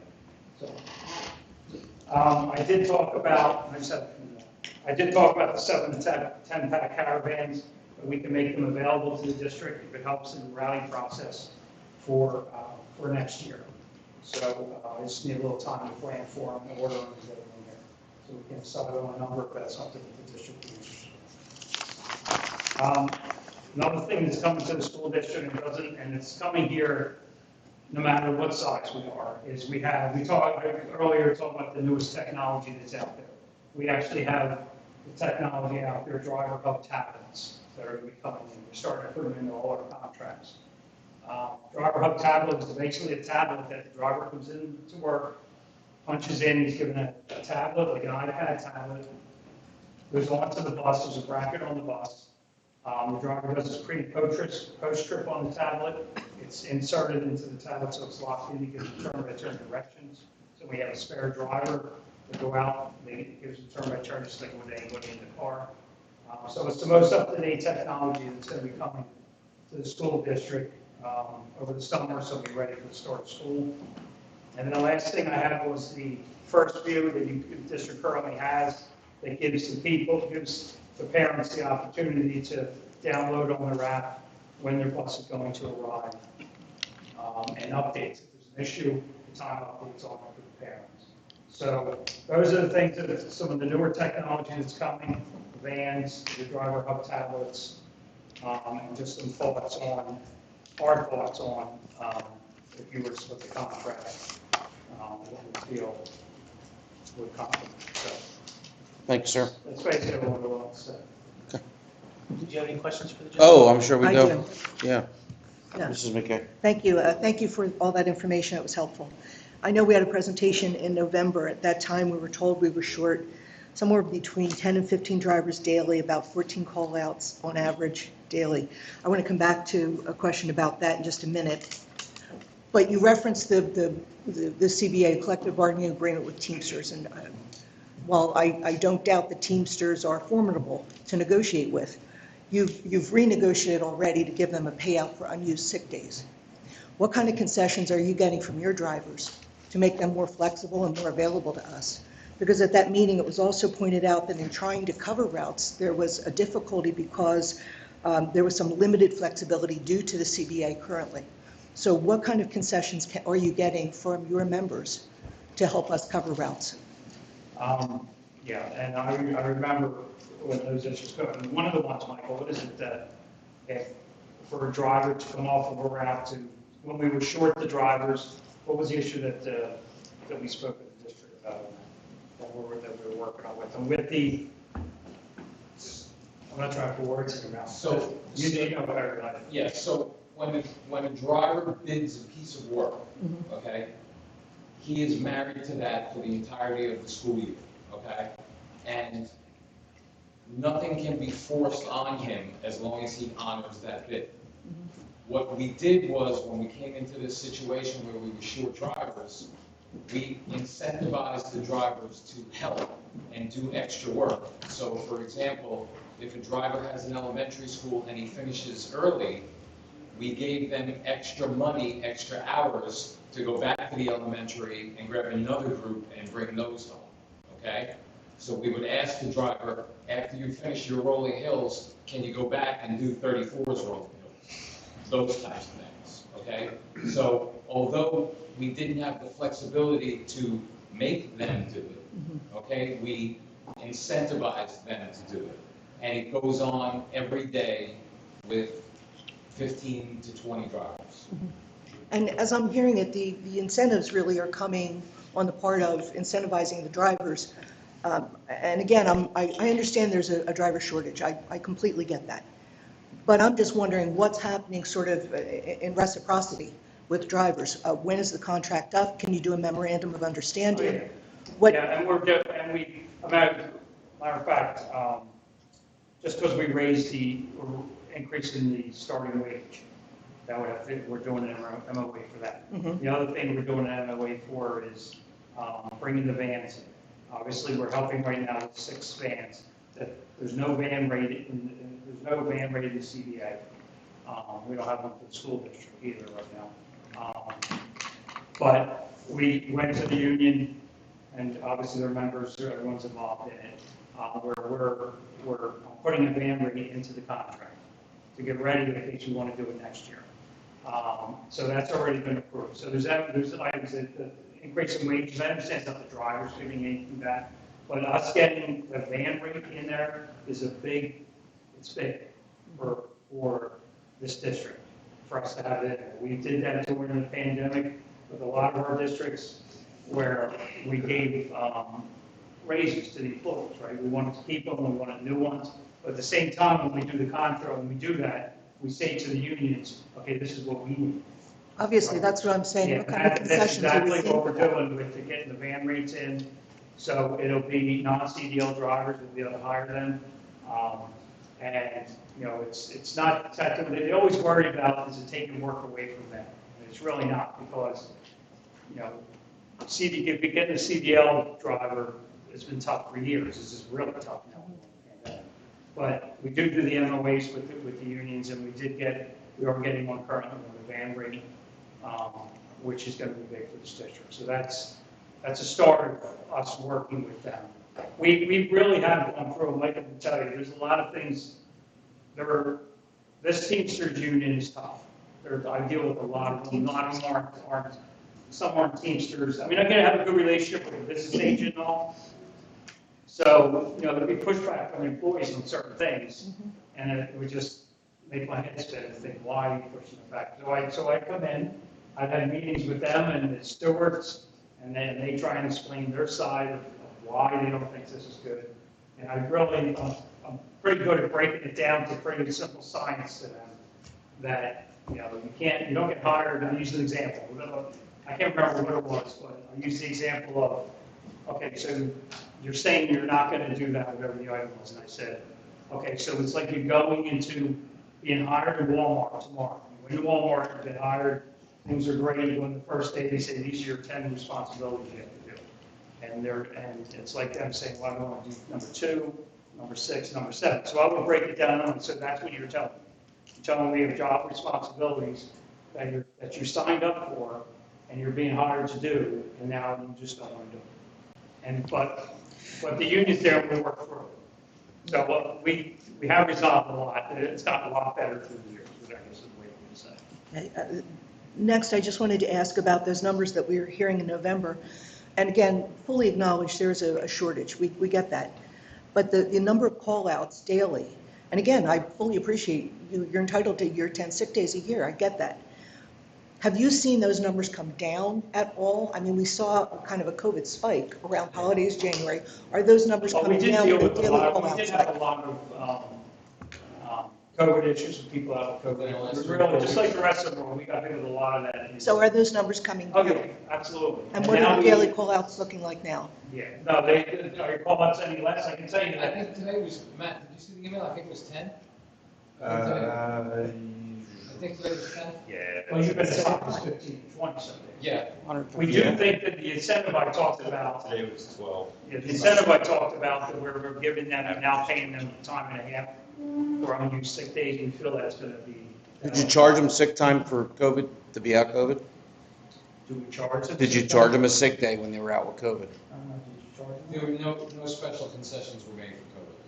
So if they were out for 5 days with COVID, that's fine, They 5 were of their free 10 for days. 5 days, yeah. You good? I'm done. Mrs. Marson? Are you ready, or you want to go? I can keep going. This is fine. I have a list, but. Sure, we all do. I'll wait. Okay. So I have a couple areas I want to cover. One is, so Ms. McKee just mentioned kind of like this daily outage that we have. Is this something you're seeing in like all of your areas, like is that amount per day? Right, especially during coming out of Thanksgiving, right? It's just like they say on the news, when people gather together, it hits us a 2-week spike after Thanksgiving. After Christmas, we had it all through January. I see my whole area, obviously, because we have a reporting system when people are out with COVID. And the numbers are pretty high in a lot of locations. Yes, we are seeing. It's an older workforce, okay, and they tend to take more days than younger people would. So the number starts higher, and then when you have things like COVID or a flu gets through the yard, then it takes out 2, 3, and 5 people at a time. It is common through all the locations. It's not just here that we have that. Are there certain mitigation strategies you're doing in specific districts, or is it pretty much everything is the same across all the districts? It's pretty much the same across all the districts. Okay. And, if there is this kind of amount that we have a daily issue with, is it worth it to increase so we have like an abundance of drivers every day? Well, yeah, our goal is, you know, we have, obviously at the beginning of the school year, we had to cut the routes down and match our driver. And then we had to do that in all of the districts. So our goal is always 10% more than the amount of routes that we have. That's our goal, that's our company goal. Through the last few years, it's been, even before COVID, it's gotten a little bit more and more challenging for CDL drivers, just has. But now it's really bad. So that's why that whole van thing has started to take off a little bit. Because I can tell you in our Norristown contract, when we have those 80 vans, we have 115 van drivers. Because you don't need the CDL. You can just have a driver's license in order to drive it. And you're only dealing with a few kids behind you versus a bus full. It speeds up the hiring process and the training process. It's so many different ways. It just works. That's why a lot of districts are going to. I have many districts that we ran 95, like my fact, it was 95 routes, 95 big school buses or medium size. Now they want next year 85 school buses and 10 vans. Because we're starting to incorporate them. So instead of having two companies potentially, would you rather us stay with you and then also offer parents stipends so that all the routes that have problems, we're just paying parents essentially instead of you? Well, I think if we can somehow with the scheduling for next year, and I guess Matt would have to answer that, if we have any routes that we can put into vans, the 7-pack carriers. That will help us with our driving pool. And I don't have any deadline. The city of Philadelphia does do the stipend for the parents. That's the only school district that I know of that does stipends for parents. Everyone else has either cut their routes down, or they asked us to at some point to get vans. So like I said, we're totally out of them right now this year, but that's how they're kind of working through it. So the stipend thing is only been in the city of Philadelphia, because the city of Philadelphia had 1,200 routes. There's 10 vendors, and then they have their own 340 drivers that they do in Philadelphia. They had to reduce their routes out from 1,200 down to 900, because all the vendors are short drivers, and then they also short drivers. So that's why they all just started to the parents. So I would think if we can get the routes, if we have limited ridership in some of the routes, and get some vans in here next year, I think that's the way to go. I honestly think, if you're asking me my opinion, I believe that the 2-year option of us keeping all the work, giving us the opportunity to restaff and back up, bringing the vans in, is the most, the best way to go. That's our opinion. We just feel that if you split the district between two vendors, you have the same problem that you have two vendors. We gotta get the one fixed. And then my last question, because I know everyone has questions.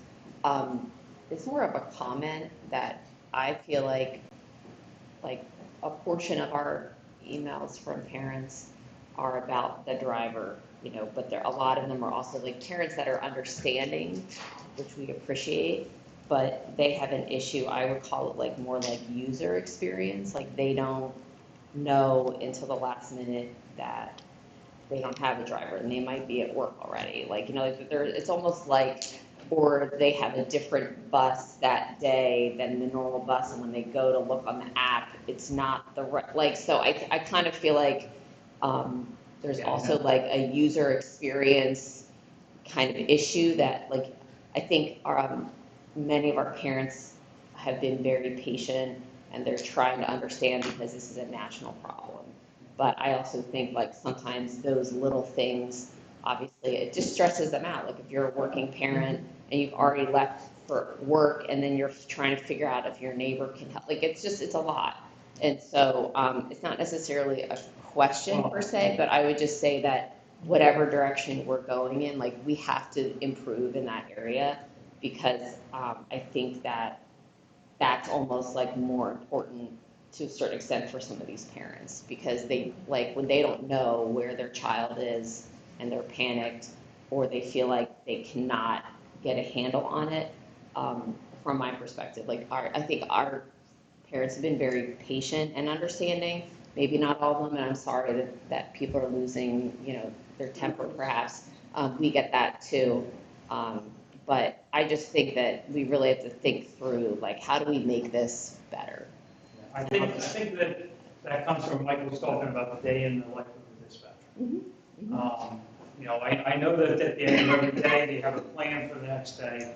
They emails Matt and say, okay, this is what it looks like. This is what the routes may not run. He gets out, I forget what it's called, like the voice message out to the people. Blackboard. Yeah, and then we come in the morning and then we have 4 other people out there we didn't plan on. So those things start shuffling around. And I think that's probably where the things come in with parents, because as of the morning when they're ready to leave, everything's good until we have a driver out and now we shuffle things and we can't cover that one piece of work. That's where it comes into it. And I know with the employee, the first Bciu app that we had, I think the last meeting Matt said there's 10,000 kids in the school district? Yes. And I think 2,600 of them have that app. And I get what you're saying, that the app sometimes changes, but we talked about at the meeting that we really need to push for all the parents to get on the app as quickly as possible, because to give them the most updated information about the child. If anything changes at the local depot, we can update it there, and it goes out to the parents. So the more people that are on that, I think it will be better. But what you're talking about, last minute things, that's because of when we have call-outs in the morning, we got to start shuffling things. But the first Bciu app, the location has to try and keep that updated and changes are made so the parent who's out there can see the times changed. And there's actually, I believe, on there, there's a comment section or a button. Comments. Yeah, so that the parent can find out why it's late if they want to know why it's late. But I agree. On our end, if they're having those issues out there, that means on our end, and we're not probably updating that app as quickly as possible. But once again, you walk through the life of the dispatcher, and yes, 2 in one building and 1 in the other. And sometimes the dispatchers drive, and I have an assistant, and he's been driving pretty regularly since, September. Everything's driven by the driver shortage. Get me a few more drivers, and I can fix everything. But I think that I do think the van thing is a good thing. I've seen it work in other districts where it takes pressure off of having to have so many CDO drivers. Mr. Tate, please. Yeah, I like what you had to say, Kristen. I think that's an important point. To the extent that we can improve communications, that can address a lot of parents' concerns, at least in part. Just a couple quick questions. One is, you said $23.50, right? Is the current rate? It's the starting rate, yes, $23.50. Okay. I always operated under the assumption that the problem of recruiting drivers might be more difficult in Council Rock because of our particular demographics and economic situation, but you're saying that it's not in your experience. This is pretty much universal? Oh, it's pretty much universal right. with getting drivers and right now. All right. Well, my last question is, making greater use of vans. Are there any particular impediments to doing so? I'm thinking of one in particular, but are there any obstacles to greater use of vans? Obstacles to using them? Like increased fuel costs or lack Well, of efficiency? the issue we have is your propane fleet, so you have propane. Obviously, these vehicles are gas vehicles. Yeah. So if we were to bring them into the district, we'd probably going to come to Matt to see about it. He has gas uses for his van, so we would have to, that's where we have to go fuel our van. And what about the union? The what? The union. Union? Yeah. I just spent Peninsula, I worked for with them, and they're already getting it to the MOA that we're going to be hiring van drivers, so that's already been approved. Okay, good. I do have, I can just show you guys real quick, just to pass it around. Here's my picture of the van. When I talk about the van, when I talk about the van, there's 2 different types. There's one that actually looks like a little school bus, but it's just a little bit shorter, so you don't need a CDL driver, and then there's a 7-pack van. So we actually, on the one that looks like a little school bus, it's white, it has, we can put wheelchair zone. So if we have any, I don't know if we have any like that here where we just have one wheelchair child or two, we could put them on there. It needs a non-CDL driver. Thank you. Ms. Valley? Yeah, so, thank you for the update. We've been getting so many questions from parents. So why don't we have more vans now? Why don't you have more vans? More what? Vans? Vans? Because we were a propane fleet here, so it was something that I never considered to bring here.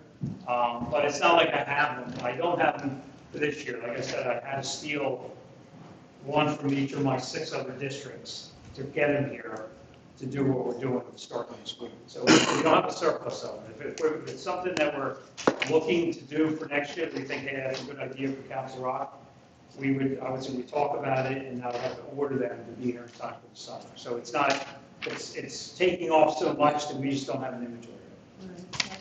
But, I mean, if you were more proactive in your business thinking, when you have this shortage and we are facing this huge problem, maybe you could have thought about that earlier, instead of, I guess, you thought about that when we are looking for a second vendor. Yeah. No, I do. I agree with you with that we could have been more proactive on that. But there just isn't, even if I would have thought about it in October, there's not the inventory out there to bring here. Really. So the beginning of the school year is a lot different than it is now. The beginning of the school year, there's a lot going on, but as you get deeper into the year, things settle a little bit. So that's why I was able to go to my other location managers and say, I know it's going to be an issue for you, but I need to take advantage of it. And of course, like I said, a lot of them were like, that's a great idea, but we've got it done. But if I had extra vans sitting around come September, October, we could have considered it, but I didn't have that resources. That's just an honest answer. So my next question is about the dispatchers. So are they only working for you? So for example, if we have 2 companies and we see the need to get coverage for a certain route from the second company, would that be possible? Now, they would be, you'd have first student employees and you'd have dorm employees. So we wouldn't be intermixing our employees. They're just a separate company. Same as they are down in my Philadelphia school district. We have 10 vendors. I'm one of them. Dorm's one of them. We never share resources. We don't share help. Everyone's out there doing their own thing, but we don't share. So it's not. But for us, it's Council Rock, and it's the kids that are waiting for the bus. So why don't we have the ability to be more flexible and be able to accommodate? Well, the case would be that if we have a dispatcher on our side and dorm wanted to use them, and then they go in the dorm's office and they trip over something in their office and they get hurted over a dorm. Well, it's not, they're a first student employee. So the question is, why are they in dorm's office, first of all? So it's just like, I'm sure you have multiple vendors here in the district. We wouldn't just share help with, like your food service, for instance. Say you have the food service people here, and we needed monitors, so we wanted to hire your food service people to be monitors for us. They would have to come to us and go through our training, everything, and be an employee of ours when they're not working for the food service. They couldn't intermix it. You couldn't just take somebody from your lunch line and say, we need a monitor on first students' buses, and take them and flip them over. There's too much liability involved. They're not our employee. They're not trained for what we want them to do. Dorm will have different training processes than us. We feel that our training process is really strong. So we can't intermix the employees. So for the dispatcher, if there is a need to take them to like an athletic event or to pick up the kids from school, which one of the 2 has priority? That would be determined by Matt and his team. So if we only had one driver available, we would call transportation and say, what's the priority? and then Matt would direct us based on what instructions he has from his. Yeah, and that's home to school, getting the kids back and forth to school. That's the priority. And to the greatest extent possible, we've eliminated those conflicts by having teams leave earlier in the afternoon so the driver's back in time for their afternoon runs, or the teams kind of have an understanding the athletic directors that if you request a bus to leave at 4:15, the bus will get there as soon as it can, but it might be a little after because they're taking kids home first. Okay, yeah, that makes sense, thank you. So you said that if we have two companies, that it would be confusing to the students because they would see like two different. Are we talking about different, because it says Counselor of School District, it doesn't say who runs the company, right? So it would be the Correct. same, not be confusing because it would be I think the it's a same. service by on the back of it.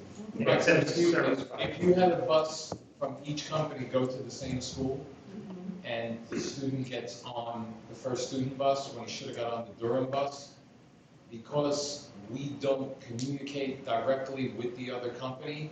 See, as it would stand now, the dispatcher would jump on the radio, which happens often in September. Elementary kids get on the wrong bus. Dispatchers get on the radio and say, who's got little Johnny Smith? He's supposed to be on 34, but he's not.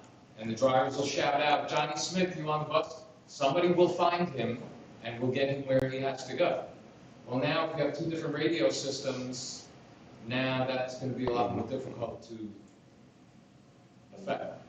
I mean, I do this exactly a lot, so we will have to figure out a way to communicate. Yeah, and the way we had it split up was by high school essentially. So it's Council Rock South and all of their feeder schools would be with one vendor, Council Rock North, and their feeder schools, just to avoid that from happening. So there's a shuttle here and there that would go from one to the other, but it wouldn't be like a dismissal. There'd be buses from 3 or 4, Right. See, I think going back to I would say the number one reason that I would think that, and Michael would agree that going to two vendors, if your main goal is to improve the driver shortage, that's not going to happen. They have to come in with 50 and get 55 new drivers right off the bat, when we're struggling to get to 20 we need. So that's all I would really leave you with is, if that's what your number one goal is thinking that you're going to have an excess of drivers because you have two vendors. I just don't see that happening. I'm just being perfectly honest with you, because of what I see out there, and I see what Durham has and how much they're short right now in Philadelphia. How they struggle down there with drivers like us. It won't correct the driver shortage. But if we go with just one company, say we only go with you, right? What kind of guarantees can you give us that this is not going to happen again? Well, what I can guarantee is that we're going to continue, and we're doing things to, like increasing the starting wage, things like that, to get more drivers. So I can guarantee that we will not stop in the process of hiring drivers to get us back to where we are. I can't sit here and say, come September, I'm going to tell you I'm going to have 145 drivers. I think if we incorporate vans into the school district here, it would help. And I think if we keep doing what we're doing with increasing the wage, working with the union to get things in there that are better, that help both of us on both sides, that we can get to that point. But I can't guarantee you with a certain number sitting here today, but I can guarantee you we will continue to do everything we're doing now to keep going to try and recruiting drivers. That's the only guarantee I can give you. Thank you. I know other people want to ask. Okay, Mr. Roosevelt. How many area school districts do you serve? So it sounds like Philadelphia, Lower Moreland, what else? I service 20 school districts. Which ones? Okay. I start with, well, down in this area, I got Philadelphia, I have William Penn School District, work my way up Lower Moreland, Acton, Norristown, Colonial, New Hope, Council Rock, Central Bucks, Norristown, North Penn, work my way up Allentown, Northampton, Pleasant Valley School District, Pocono Mountain School District. Am I missing? Wissahickon School District. Bciu. Centennial? No. Okay. And you also are providing to take Catholic schools that live in the area, students that go to them also? Yes. Yeah, all of our school districts have, we call them public and non-public. That's how we call them. And so of all of that, has the disturbance been consistent and uniform across all of them? I can tell you right off the bat, if you want me to give you a number of what we're short in each district? Sure. If that'll help. Okay. William Penn, we're short about 10. Council Rock, Philadelphia, we're short 100. As I come up in Facton, we're short about 8. Wissahickon is 10. New Hope, we're pretty even. It's a pretty small school district. Bciu, we are short 14. Central Bucks, we're short 25. Plymouth Meeting, we're short 50. Norristown, Plymouth Meeting split into 2, Colonial and Norristown. It's 18 Colonial, 32 Norristown. Give me my locations. William Penn. North Penn. North Penn is pretty good, pretty even. Central Bucks is the same district. Lansdale control it has Lansdale location is Central Bucks and North Penn. Central Bucks is short, 23, 25. North Penn is just even. So are you able to shift some of that disturbance from one to another, or are they stuck? No, they're all of the, I deal with probably 6 or 7 different unions, so you can't crisscross unions. Right. Even though we are from the vans here, we can get away with certain things, but no, we generally don't. Well, what we did a few years ago, when we had an excess here in Council Rock, we sent drivers up to my Allentown location. So we can do that when we have an excess, but nobody, you didn't hear me mention anybody has an excess. You heard me mention about North Penn and even, which we think is great. As I go up, Allentown is about 25 short. I do have my Pocono Mountain and my Pleasant Valley that are even. Both are even. And I've been asked by other districts, like, how are they? They are even because they came off of, they were originally a school district employees. So when we took it over, they had a great benefit plan, they had a pension plan, they had all that was in the school district. So we had to come in with not exactly what they had, but something similar to it. And so we've been able to keep those employees because they have they have good benefits and good wages, or over $30 an hour go to them. And that helps, and Council Rock, they have good benefits, their wages $28 an hour side. Yes, we're short, but I think we're mostly short here. Well, we reduced the routes down. So we might be saying we're at 115 routes here in Council Rock. Well, last year we had 100, pre-COVID we had 130. Yeah. So, but as we're running today, we have 115 routes and 114 drivers available to serve the day before we deal with the sick. So, and that goes with having the benefits and having a good high wage that they get. So. Can you confirm or dispel the rumor that some of this driver shortage has been because either you as a company or a union is requiring a COVID vaccination or not requiring a COVID vaccination? Our company is not requiring a COVID vaccination. Okay. So when looking at all of these differences and these disparities, it sounds like we're not the worst, but we're not the best. What have you, beyond the benefits, you're putting this all on COVID specifically for this year. Yeah, because we what do you lost. guys see as the reason for that, and some of the answers to why some districts are more disrupted than others? Well, like I said when I first started, we know that we've lost 40 drivers since pre-COVID, since COVID started. So that really put us in the hole, first of all. Our other districts, we were, Pocono Mountain is a newer district for us, so I can't judge it pre-COVID, we opened up during COVID. Pleasant Valley, we used to have 15, 20 bench extra, now we're even. So even though they may be even, they always had an excess prior to that. So every location, I can tell you in my area, of 15 locations, 20 school districts that I am down 300 routes from what we were at pre-COVID. Like we cut 20 here, we cut, every other place, we had to cut routes to match our driver count. So, we've lost any surplus that we've had in the districts that were healthy prior to COVID. I think there's probably a lot of parents out there that could give you a day in the life of a parent in all of these districts. So I think it's helpful to hear what's going on your end, but also to be empathetic to what's happening on our parents' side. And they don't know a lot of these ins and outs. What their expectation is that they can put their kid on a bus. That kid's going to get safely to school. They're going to be educated in school. They're going to arrive home. That's been the expectation, I think, of most parents around the world when they're putting their kids on a bus. And we haven't been able to do that. So when we talk about a propane fleet, are all of these other districts propane fleets, or is it just? Council Rock is the first one in my Pocono Mountain School District. They have 150 buses and about 90 of them are propane fleet. Right. So is there an issue with bringing a bus from another area, or I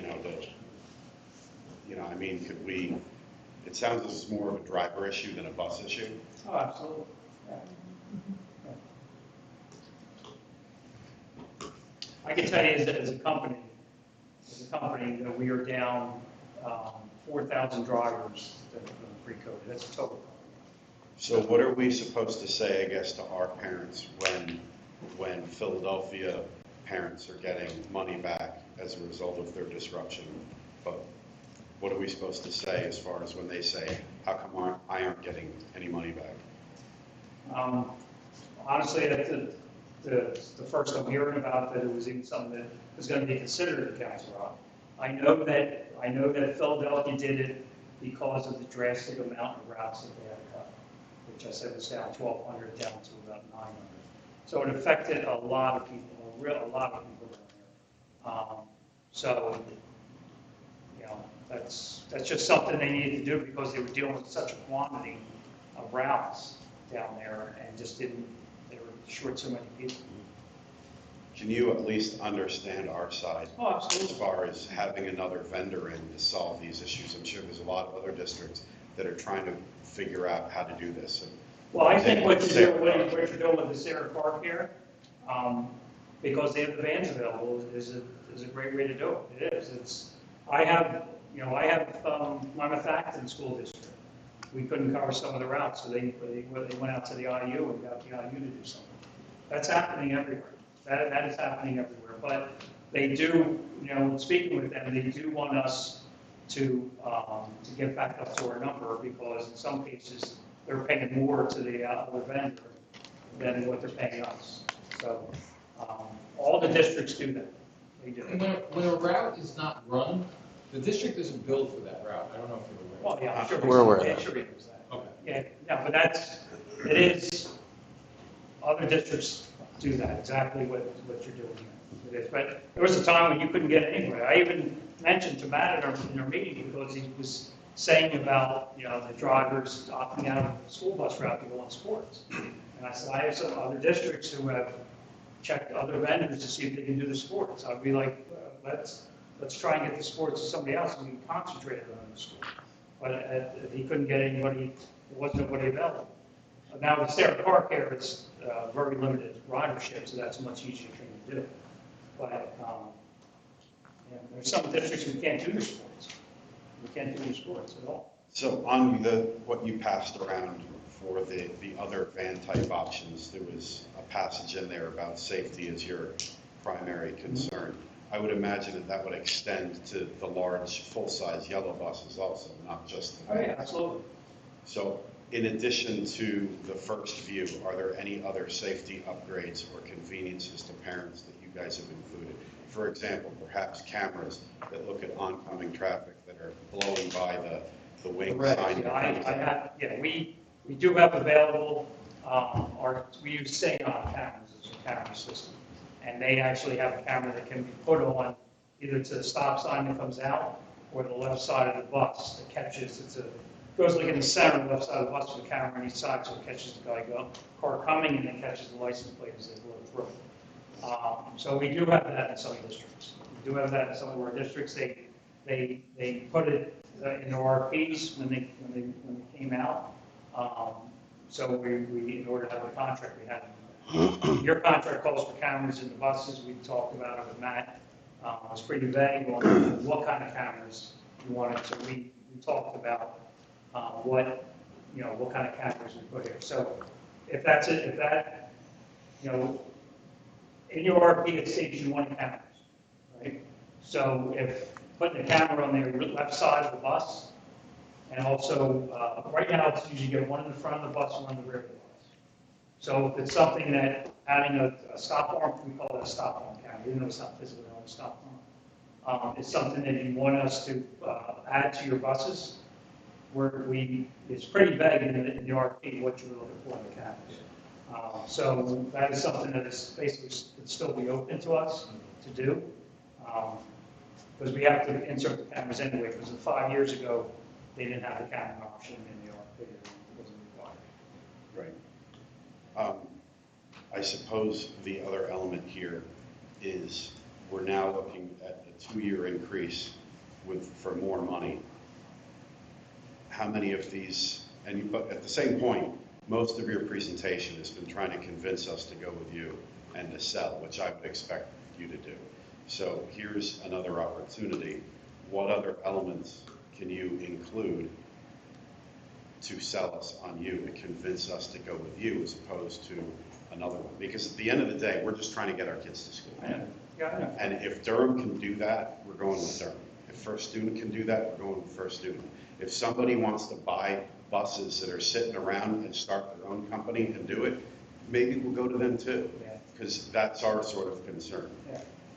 So here's another opportunity. What other elements? I mean, considering that this has been an unprecedented year, and it's not just us, what are you doing to retain your clients? Well, the technology that I mentioned that we have available is obviously that First View app. The tablets that are coming. I'm thinking about what you haven't mentioned. Is there anything? I know, I'm trying to think through my head as I'm talking to you. We also have another thing that's called, it's more for children discipline on the buses. It's called, right now it's all done with paper.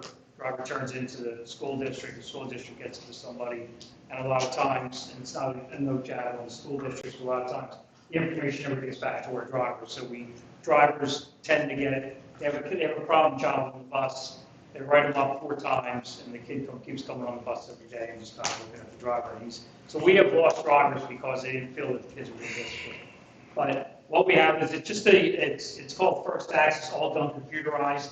Everything's done computerized from our end. It goes to the school district, and it comes and somebody talks with the child, and it just gives the driver a little notification that the child was talked to. It's all on paper. Right now it's on paper, and this is all going to it's all digital. I mean that's not a jump up and down type of technology that we have, but some districts do like it because it's better bookkeeping and better records for them on their end also. May I ask a question? Would First, I'm putting on the spot, would First be willing to match the current increase for the 2-year deal? I think that's a material ask. Your question again? So would First Student be willing to match the increase just as bid on the RFP for the 2 years instead of the 5 increase, which you were willing to do the 4? Because I think when we go from 4 years, 4% to the 5%. Correct. So what I can say to you tonight on that is that is a consideration. I could, as early as tomorrow, I could get back to Jason and let you know. I can't spill that right out here. Sure. I can, that can be considered. To try and hone in on, I know. Yeah, no, that's fine. Speak, but I think it's really important that this communication is clear. This has been very difficult for me in my first 90 days. Okay? And I'm not supposed to worry about buses, right? Buses are supposed to be invisible. They're supposed to show up, put the kids on, take them where they gotta go, pick them up, drop them off. Everybody's happy. I got people who aren't happy. And, so I'm trying to get to the heart of it. No, that's fine. I could look at two things. I could look at what you're requesting for the 2-year option. I could look at the, if you feel that the stop arm camera thing is an important item, we can look at that, see about putting that onto the vehicles. Yeah, so. Within the existing. Oh, yeah, it would be included in our. And would First Student be willing to entertain a monthly guarantee of a certain metric, say 95% on time and route to run before we enter into a possible liquidated damages case? We do have liquidated damages in a good amount of our contracts. And I know that is a strong point that a lot of districts use for, working to improve the performance. The community likes that because the vendors being held responsible for that. So, we'd have to set a guideline of, because we track all that stuff every single day. I don't even know if you know the top of your head what your on-time performance is. This morning was 94.6. So we track it. We We absorb. get it there. Yeah. Oh, we get it. Absolutely. We're very technology. So just to reflect, Mr. Roosevelt, is that what you're looking for? Yeah, I think that's kind of what I'm looking for, is to have something track the performance. And I was trying to also explore and understand a little bit from your end, have you expand a little bit for the benefit of our community, but also to figure out where we can fit it and where we go next. So I'm good. Okay. I'll come back to Jason tomorrow with an answer to the yearly increase, the cameras. We're good to go with that.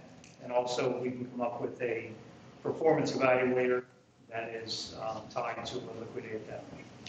Dr. Thornton. I'll make a couple statements, I won't be long. Like Mr. Roosevelt, I expect buses to show up, pick up the kids, take them to school, and do that again. What happened this year, and we've spent literally hours on this now, multiple meetings, hours and hours, and we know in excruciating detail, it's all about COVID. I don't care anymore. I don't. I want you to pick up kids, put them to school. So to my 2 people down there, whatever contract we sign, instead of hurting the kids, I want it to hurt the first student or whoever we put in. So instead of not paying them, let's not pay them plus 25%. Let's make it hurt so they get drivers in here. I'm done. I'm really upset that it took until we had to bid this contract to see minivans pop out of the air.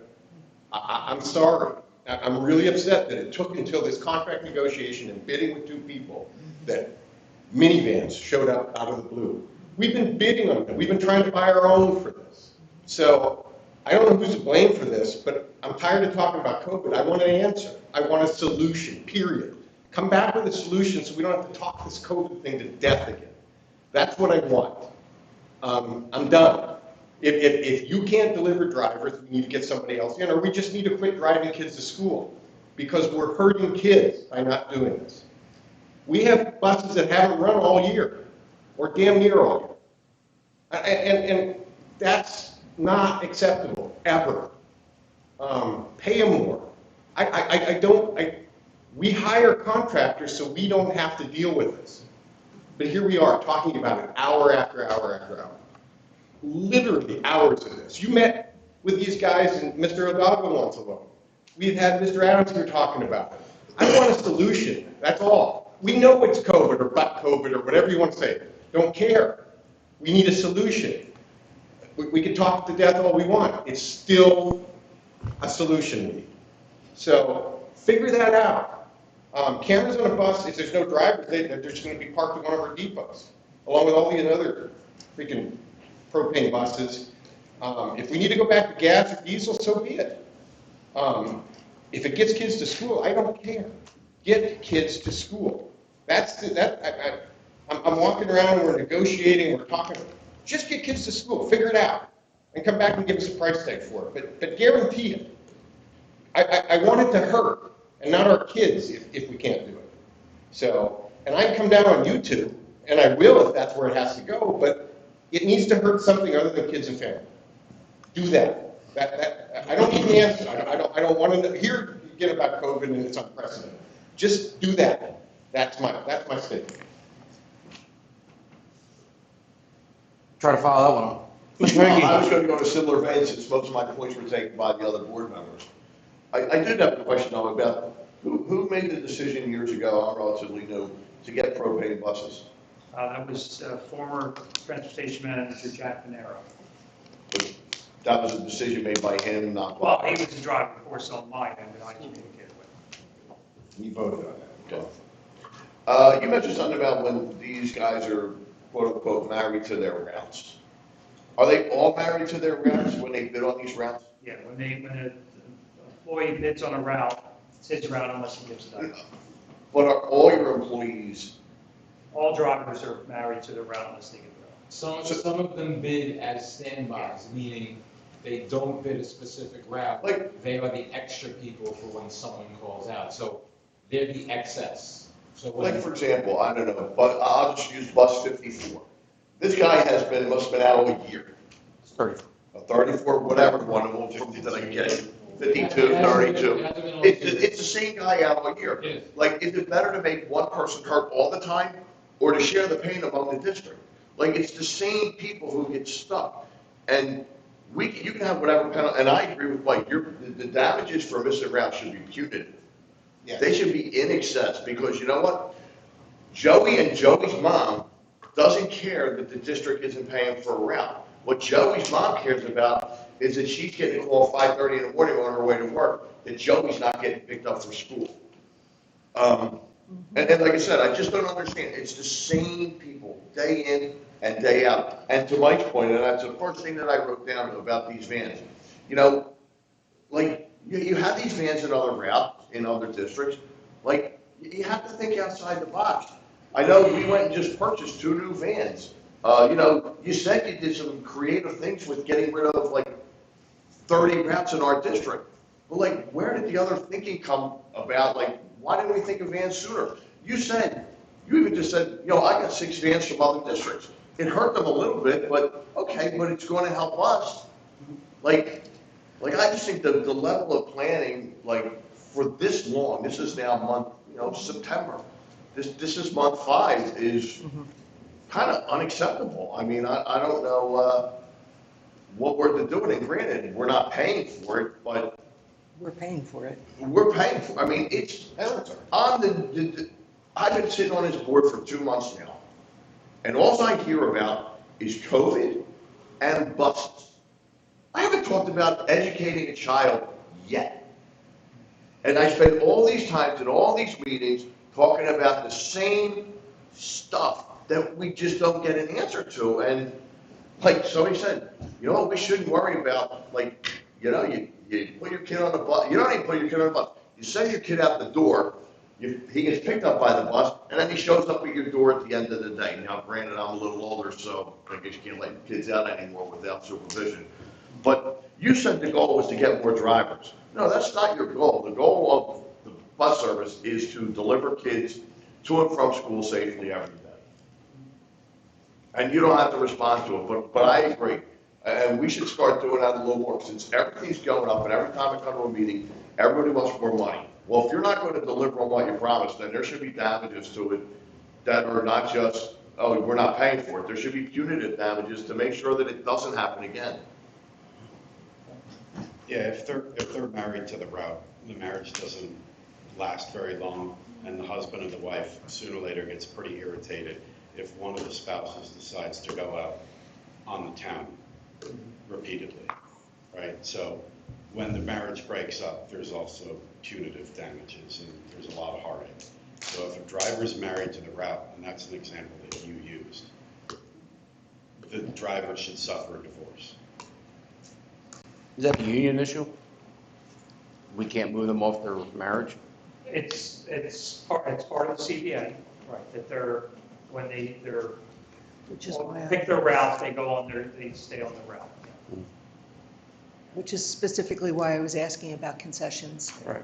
But then that is a common, even though I talk about it in the Teamsters, that's a basic union rule that's in almost all of our CBAs, whether the engineering group or the Teamsters group. That's pretty standard in the contract. It hurts in this particular situation, but there is something to be said for continuity, having the same, because the Understood. drivers get a familiarity with the kids, and they get a familiarity with the parents, and that's good, there's cohesion. Under normal Under normal circumstances, I it's agree. not In working this for us particular now. case, And again, it's while not. you're willing to make concessions and pay for unused sick time, raising rates, that's all well and good. I want to see some concessions on the other side so that we don't have a bus route that just doesn't run. They should be simultaneously trained on an additional route, so if someone doesn't call in. I'd rather see kids coming late to school than not going to school and going down the road we've gone down the last 4 months. For 4 months, I've asked for solutions, and Dr. Thorwart and my colleagues' points, we don't have solutions. But yet we're sitting here talking about a contract. And I will point out for the public, Durham is not here giving us their spiel. It's just for a student. So we got to take everything you're saying with what you're saying, but there's nobody here from Durham bouncing what they would do. So I kind of feel it's unfair to not just the board, but the public, who's weathered through this storm, that we only have the only game in town talking to us right now.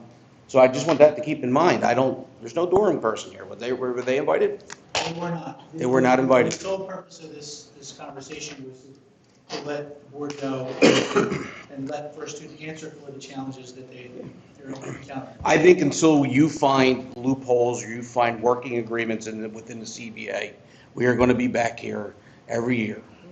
Just like every other contract we're going to talk about coming forward. So I would task again for another meeting to find solutions that aren't necessarily in the box or in the yellow school bus. To hear about 7-passenger vans. Well, get some camels. I mean, whatever it takes to get kids to school at this point. This is absolutely embarrassing. At 10,000 kids, we can't get to school. And I would also argue, I'd like to see a stipend back to the family. Come up with $1. I'll start the vote. I'll make a motion. These families have not had service all year, or for most of the year. Whether it's all year or most of the year, our kids on many buses, my kids, Mr. Roosevelt's kids, Dr. Thorwart's kids drive to school, and Mrs. Marcel's, I'm sure, has been affected. We've all been affected by this, but there's been no solutions. It is February, and we're worried about is it going to be a 2-year deal or a 5-year deal? So I'll take everything you said tonight, but I'm offended. I'm offended that we're talking about a contract and the solutions are way down the line. Because you can't guarantee me you're going to get vans in here anytime soon. Well, I can guarantee the vans that we have right now will stay here. Well, right, but This year. I will tell you that our front routes are probably the least populated buses. You could probably condense them, but that's on us to do that. They could be run by vans for the most part. You go to Council Rock South, there's a bus coming in with 6 kids on it. There's not most high school kids don't want to ride the bus. They're catching a ride with their buds. Maybe the first year, second year, yeah, that's it. And then they're paying their friends to get in the car with them. I mean, this is solution making. That's what I want to see. And to Dr. Thorwart's point, I want to talk about education. I'm putting kids in school and getting them an education. Or Bob, sorry. But this is, listen, I don't know. I say this all the time, and I get called out on it sometimes. It takes 5 votes to make anything happen on this board. Let's make these votes count.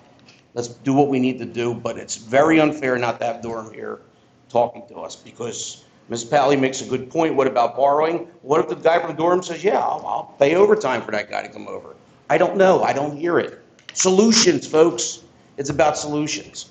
So thank you for coming out tonight. I thought I would expect that you got what you expected. I appreciate the offers and the contract negotiations and stuff, but this team wants solutions. And I mean, we're sitting here getting emails from parents right now as we're sitting here. It's just an absolute embarrassment what happened this year and continues to happen. So I'm done. If there anybody else wants to follow up.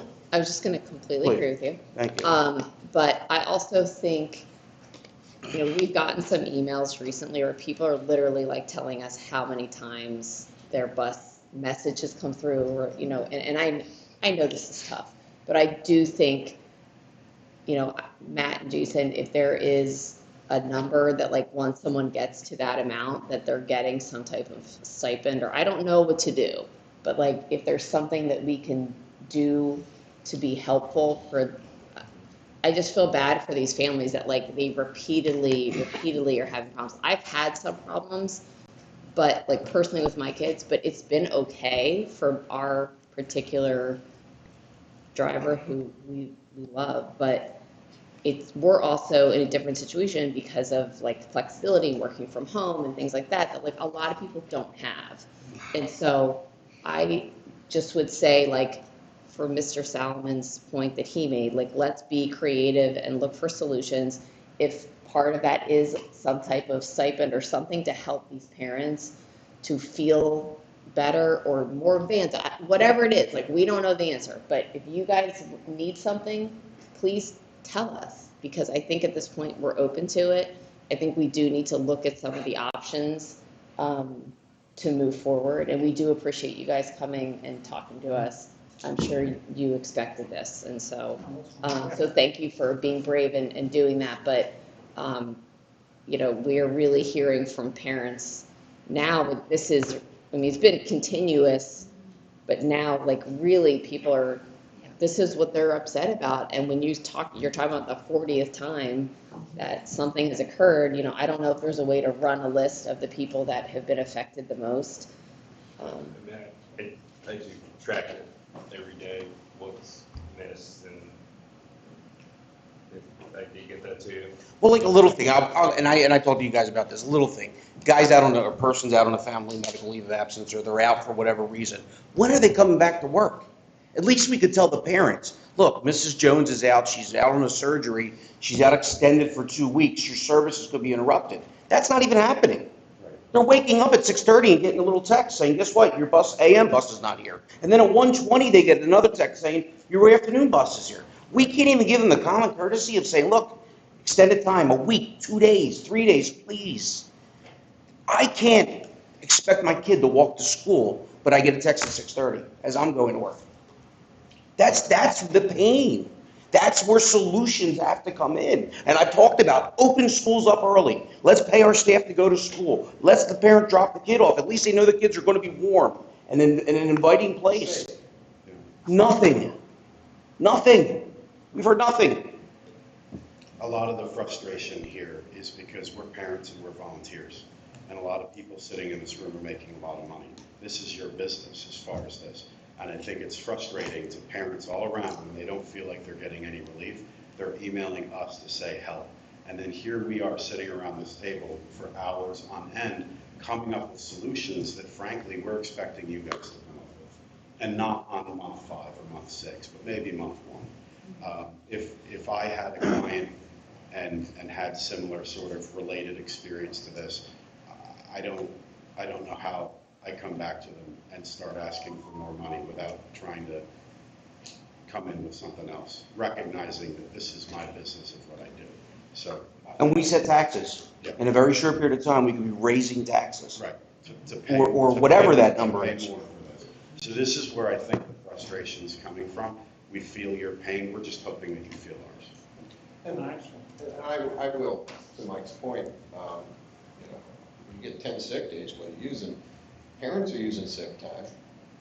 They have to, because they have to go to work, and now they have to take the kids to school. I just filled up my truck. Gas is $3.79 a gallon now. Parents are paying that to drive the kids to school after they paid the taxes for us to drive them to school. This has to end, or we just quit doing it. I mean, I don't think we're legally required to have buses. And maybe that's, this isn't fair. It's not fair. It's not fair to some of these families, what's happening. They haven't had a bus. It's not fair. They're losing days of work. They're going to lose promotions. They're going to lose all kinds of things because they're showing up late. And they have clients that are mad at them. And they have clients that are mad at them, then some of them too. Not everybody's part of the laptop class. They got to go to work. And so, So, they have been a monopoly. They don't have any competition.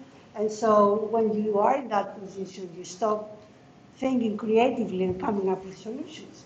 If we have two companies, maybe, and you heard about the other bid, and then you start thinking creatively and try to come up with like the banks or like maybe some other solutions. So maybe it's worth having more than one company just to be a bit more on your like toes and try to be more creative and think about solutions because I mean, we're all very upset with what's happening, and we have not found any solutions, and what you're proposing tonight should have been happening a long time ago and with more options. And I don't know, the dispatcher, it looks like, I don't know if you have thought of an automated way to assign the route. So one person cannot maybe have all the thinking power to do that effectively. I don't know if it's something you would consider as a company, since you're doing the dispatchers, because it's like different. To have, you're saying have automated dispatching? Yeah. Is that what you're saying? I think there's too many ins and outs that have to be done with that.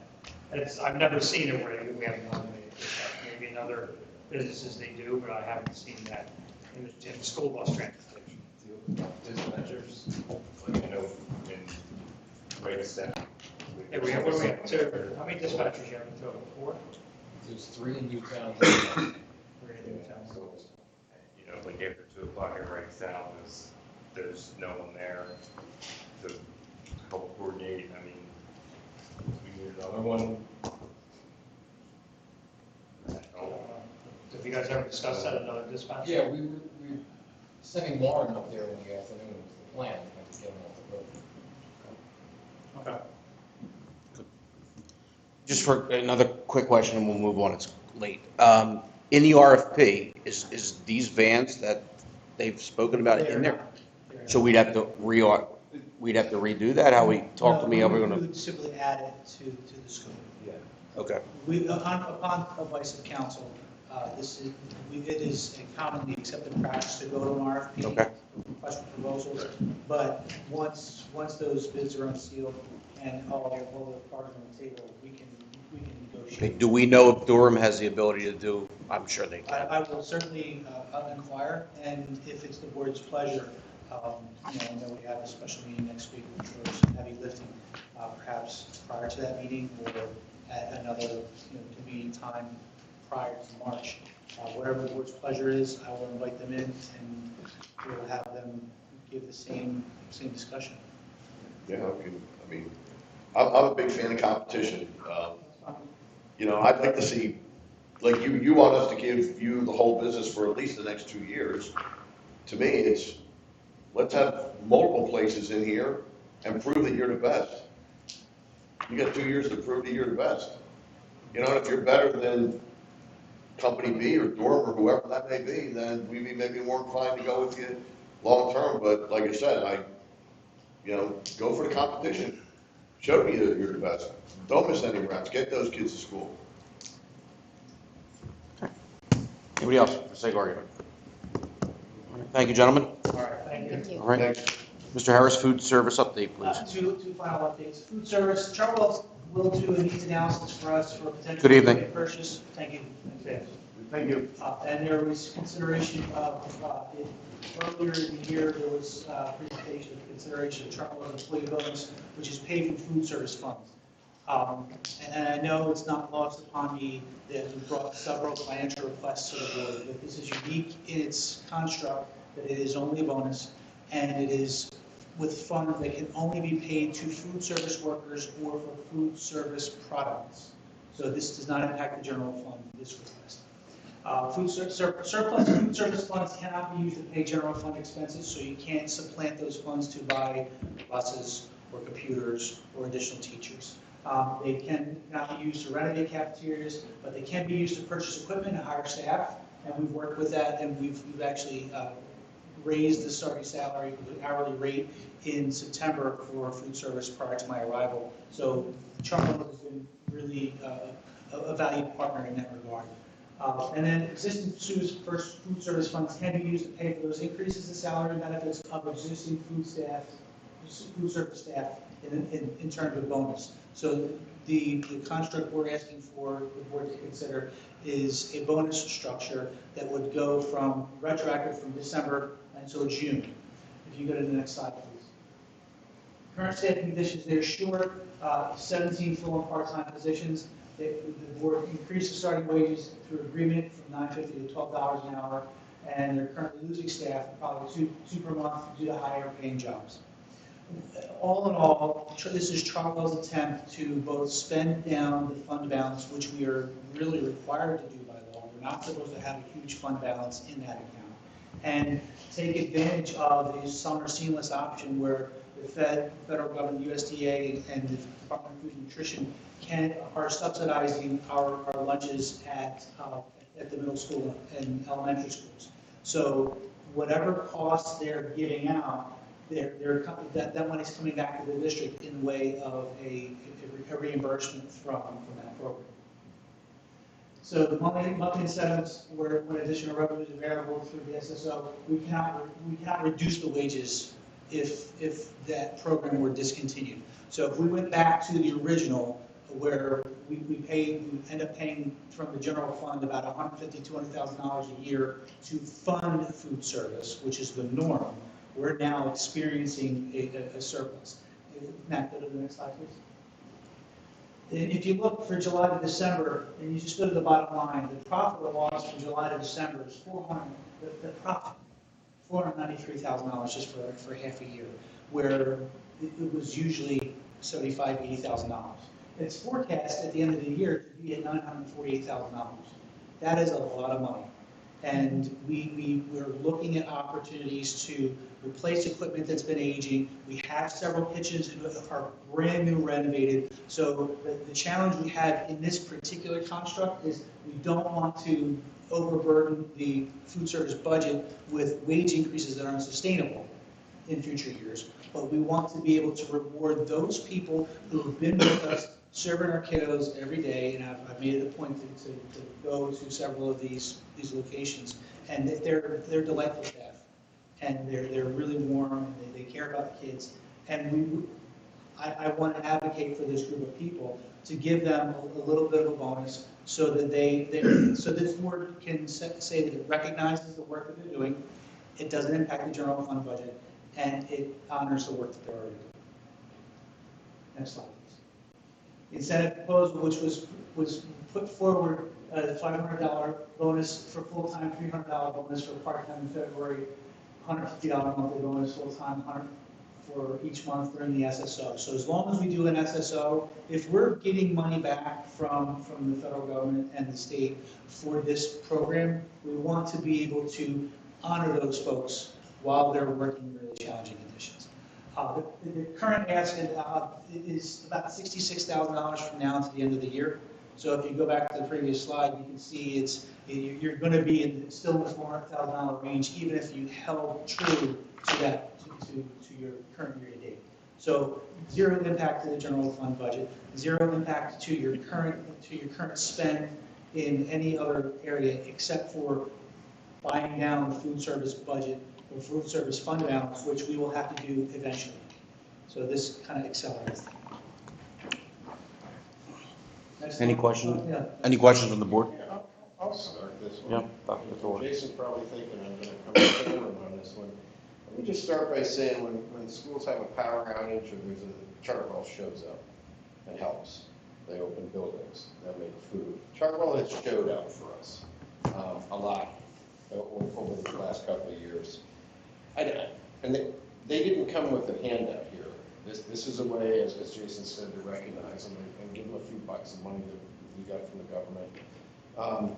So instead of hammering it up, yeah, I'm kind of okay with this. I want to hear from the rest of my board, but I'll start the conversation. I'm kind of okay with this because they've shown up for us. Mr. Tate, please. Yeah, thanks. I would agree, Mike, and it seems like that amount of money would put a very tiny dent in it. So, since this money, if I understand it correctly, can't be used otherwise, in addition to bonusing staff, which I think is a good idea, what about doing something for parents in terms of lunch fees for the balance of this year? So the challenge there is we cannot use food service funds to pay school debt, school lunch debt, right? So I would have to go back to our Department of Food and Nutrition to see if there was a way to legally do that.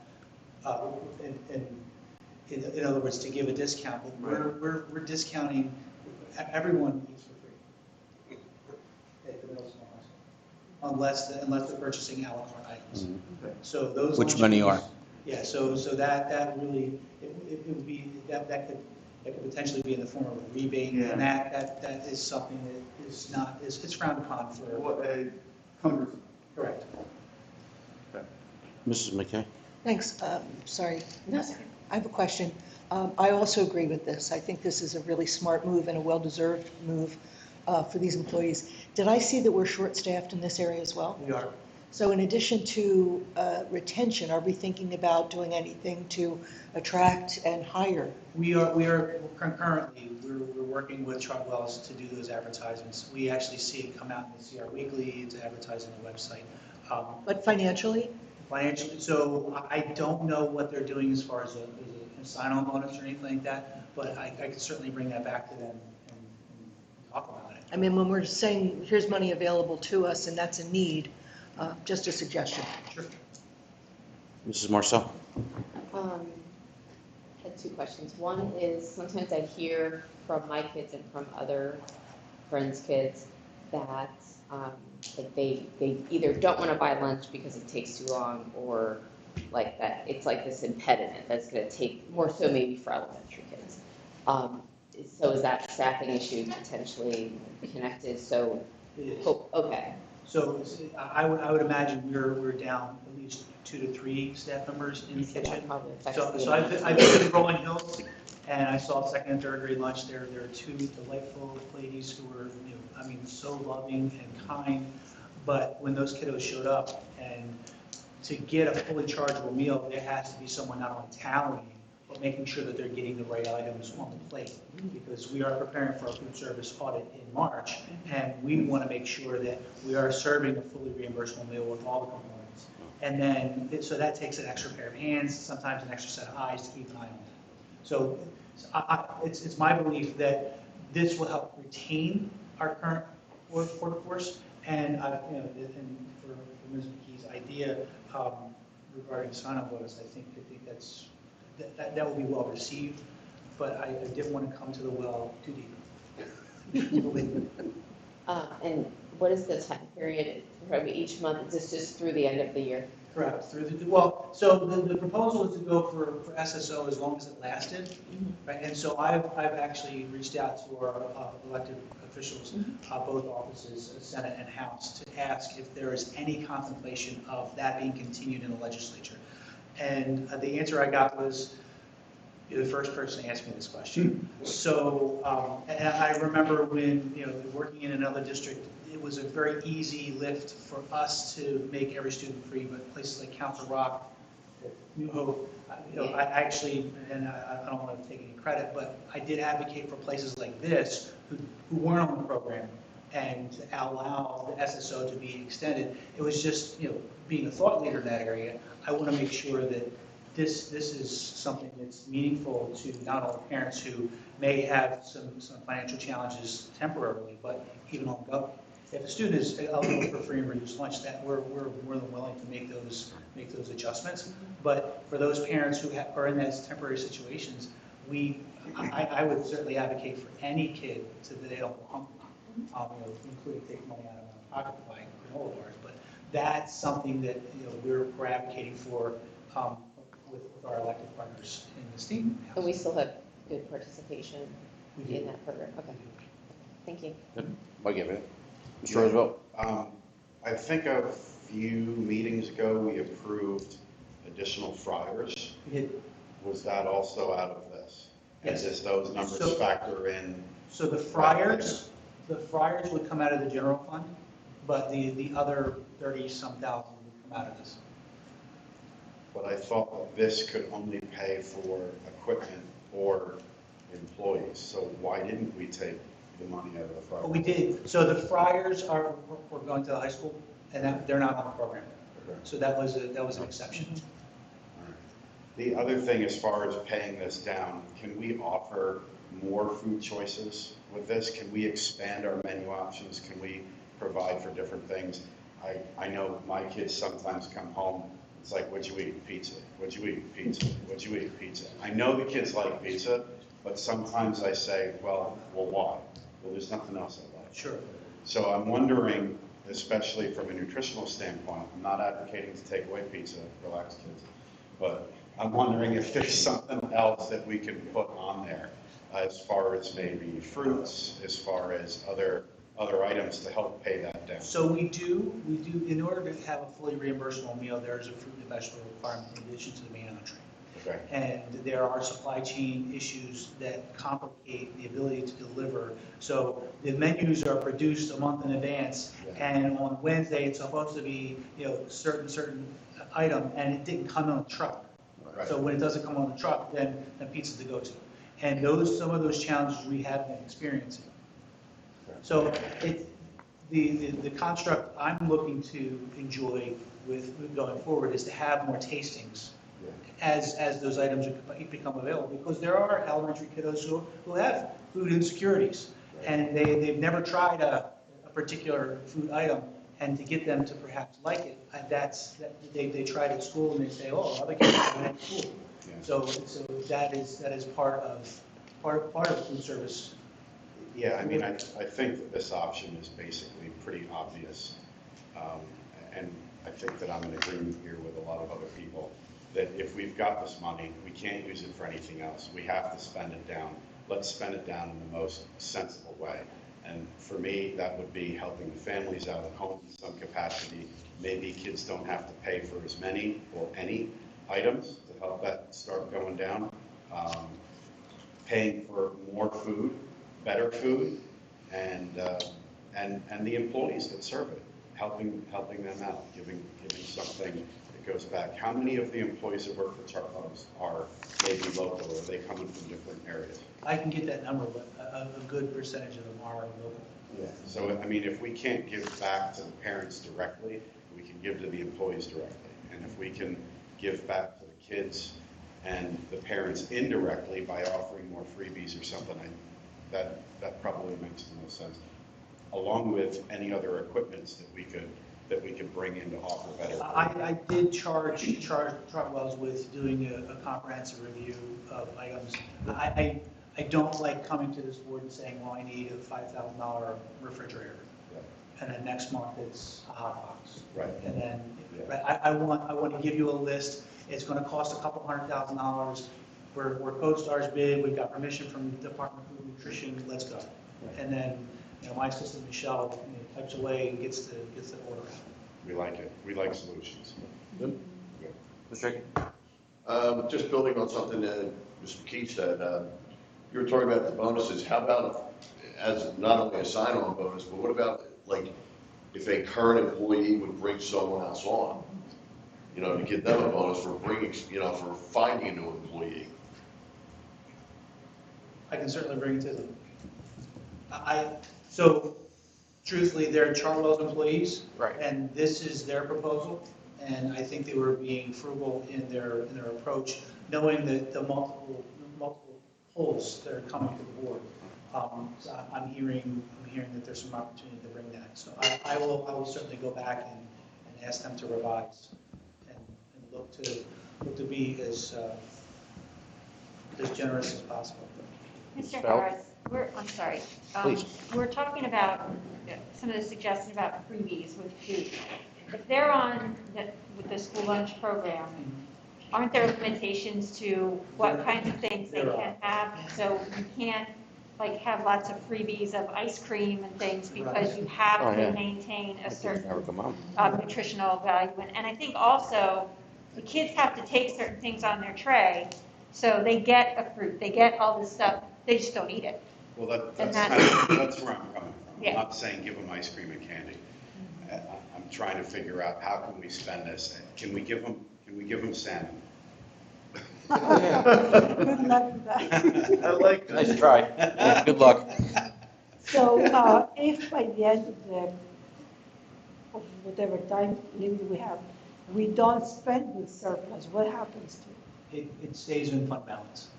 It stays in an internal service fund, which when the board approves the audit from last year, you'll see that the business-like activities that showed a positive variance. So you'll consider to see that positive variance. So, but you cannot use it next year? Oh, sure, you can. Oh, okay. You can. And it'll be my hope to build some capacity in that budget in future years so that you can spend down, once SSO is done, that we're transferring from the food service, the food service fund is paying for itself for a couple of years before we have to kick in from the general fund. And the SSO is not applicable for elementary school? It is applicable for elementary and middle schools. It is not applicable for high schools. For high school. Or you can get fried chicken. Fried chicken is not a permissible meal. It sounds like figuring a way to hire more people because we're out would be something appropriate to spend the surplus, because, I mean, we can give them more money as a bonus, it's fine, but really they need more employees there, right? Certainly. So if they can come up with ways, or you can come up with ways. Well, I will go back to them, and I don't want to completely spend down this account, obviously, because there will be a rainy day when the board is asking, why do we have to fund it by $200,000? Why are we raising taxes to do that? So I want to make sure that we have, similar to our debt service, a plausible approach that's sensible year in, year out, while we still have this benefit of the SSO option. And are there like options for kids with food sensitivities? There are. There are. Food allergies are reviewed by the nurse, and as long as we're aware of it, when the student comes up, their allergy is, they can't have this, and it's kind of like Ratatouille, stop the soup, make sure the student doesn't have it. Yeah. And most of the students are keenly aware, and parents review the menu and are fastidious with making sure. And to Mr. Roosevelt's point about pizza, a lot of times those foods that generally cause sensitivities are not on the menu for that reason, and specifically because of our supply chain. Good. I think, I know it was asked, but I just want to be clear. You have tasked Chartwells with checking equipment, if there's anything that's faulty. One of the nice things is a lot of our schools are newer, have been remodeled, so that usually came along with it, but to me, that's a priority. Who came up with number 2?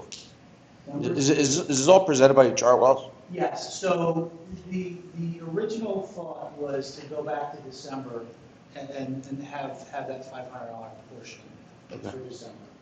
They wanted to. So it'll be $500 if approved in February, $150 and $100 thereafter. Right, and I'm asking the board to go retroactive to December, and that would be in the $60,000, $70,000 range.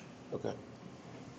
So it'll be $500 in February, and then they get another $150 for December, or does it start? So I want to be clear with them, but the way I envisioned it was that $22,000 for December would be paid to them, and then $7,250 a month. So that'd be the $150 and $100 for full-time, part-time, Right. January, February, March, April, May. Okay, that's cool.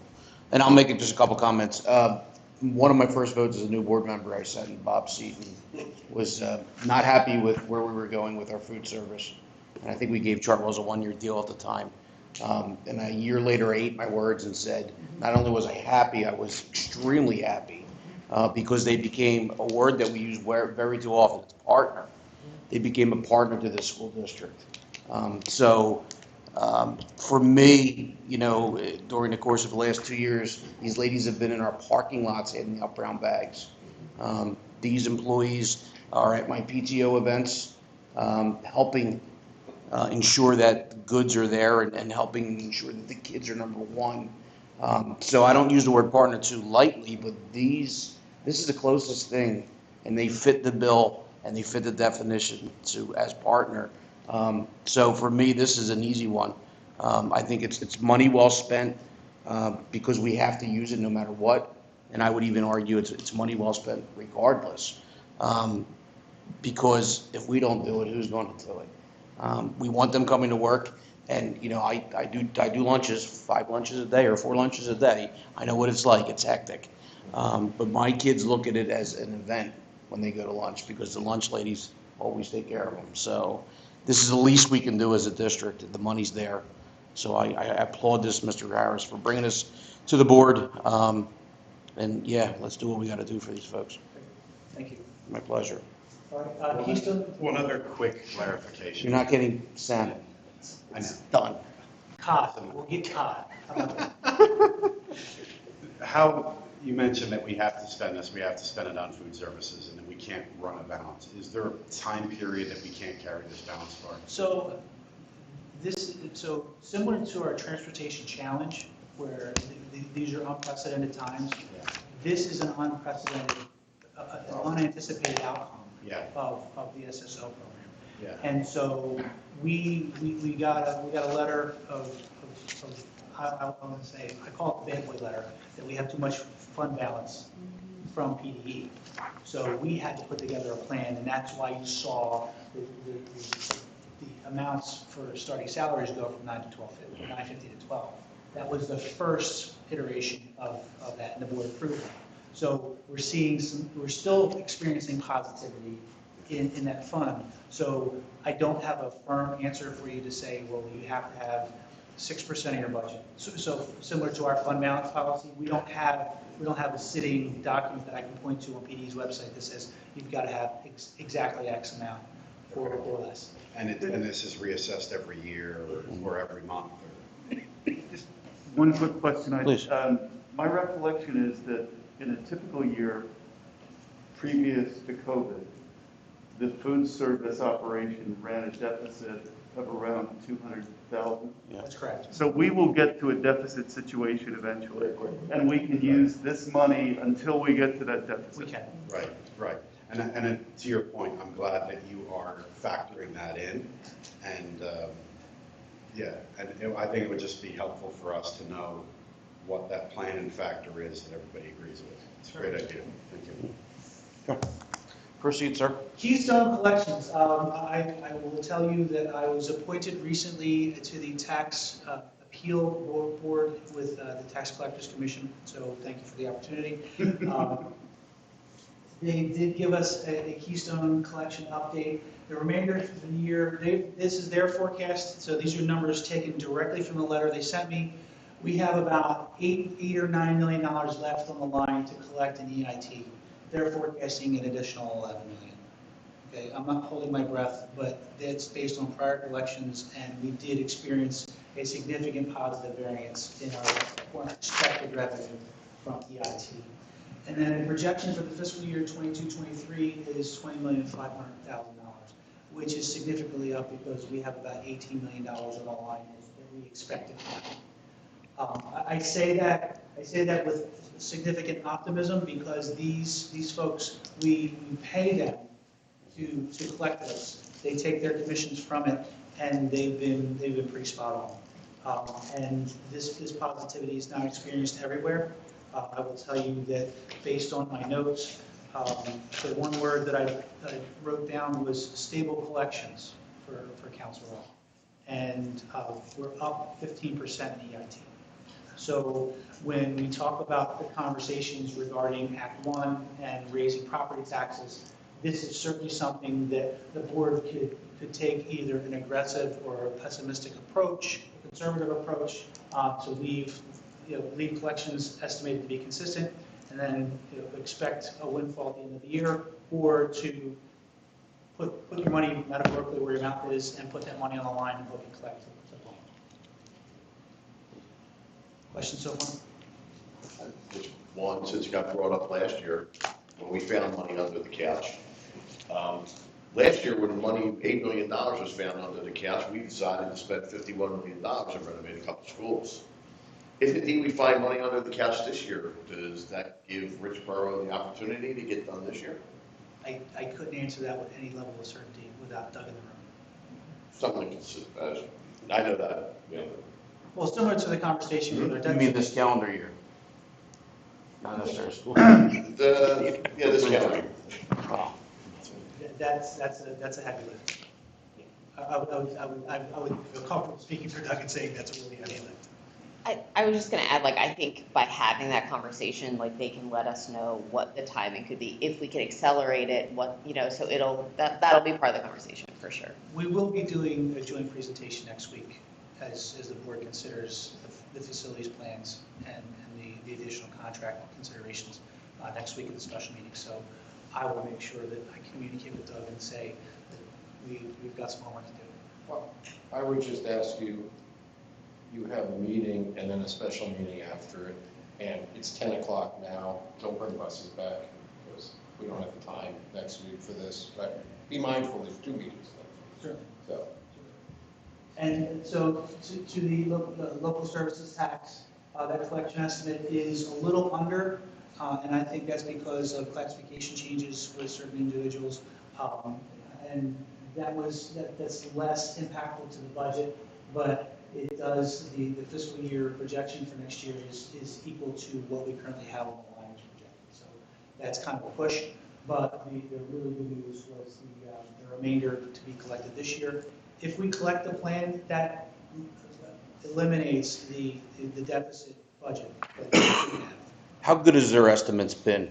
They've been pretty reliable. I suspect a lot of the increase is people not paying the Philadelphia wage tax, and they're paying the local EIG. It's possible. Working from home. Working from home. It's possible, yes. Yeah, and that's why they're not as aggressive next year. Which is why I asked just right. Yeah. Yeah. Because this could be completely a one and done type of thing too. So this was an FYI for the board. I just, Right. I got the information. I want to make sure that we. No, it's important. Thank you. All right, and then next slide. Athletics request. I promise I'll be brief and bright and then blunt. Arbiter pay, we want to pay $2 to this company for every transaction we do with an athletic official. Currently, we are waiting 5, 6, 7 weeks before we can authorize and get the board to authorize the check from the time they ref the game till they get a check in hand. That is a really difficult thing, especially when our ADs are trying to get refs. We are the only district who doesn't do it in the area. So the ability to have our games refed, the ADs came to me and said, we talked about it pre-COVID, we'd like to bring it back, and it does involve the board entering into an agreement with Arbiter Pay. There are some efficiencies from the business office, and with the 1099s, we would no longer do the 1099s for those athletic events for the referees. Arbiter Pay would do it. So for $2, I mean, if we do 1,000, it's $2,000 for the year. It saves a whole lot of time on the back end in the business office, especially in the month of January when we're getting our 1099s, our W-2s, our ACAs, our new hires and stuff like that. Who's going to manage that? That'll be managed out of your office. Yes.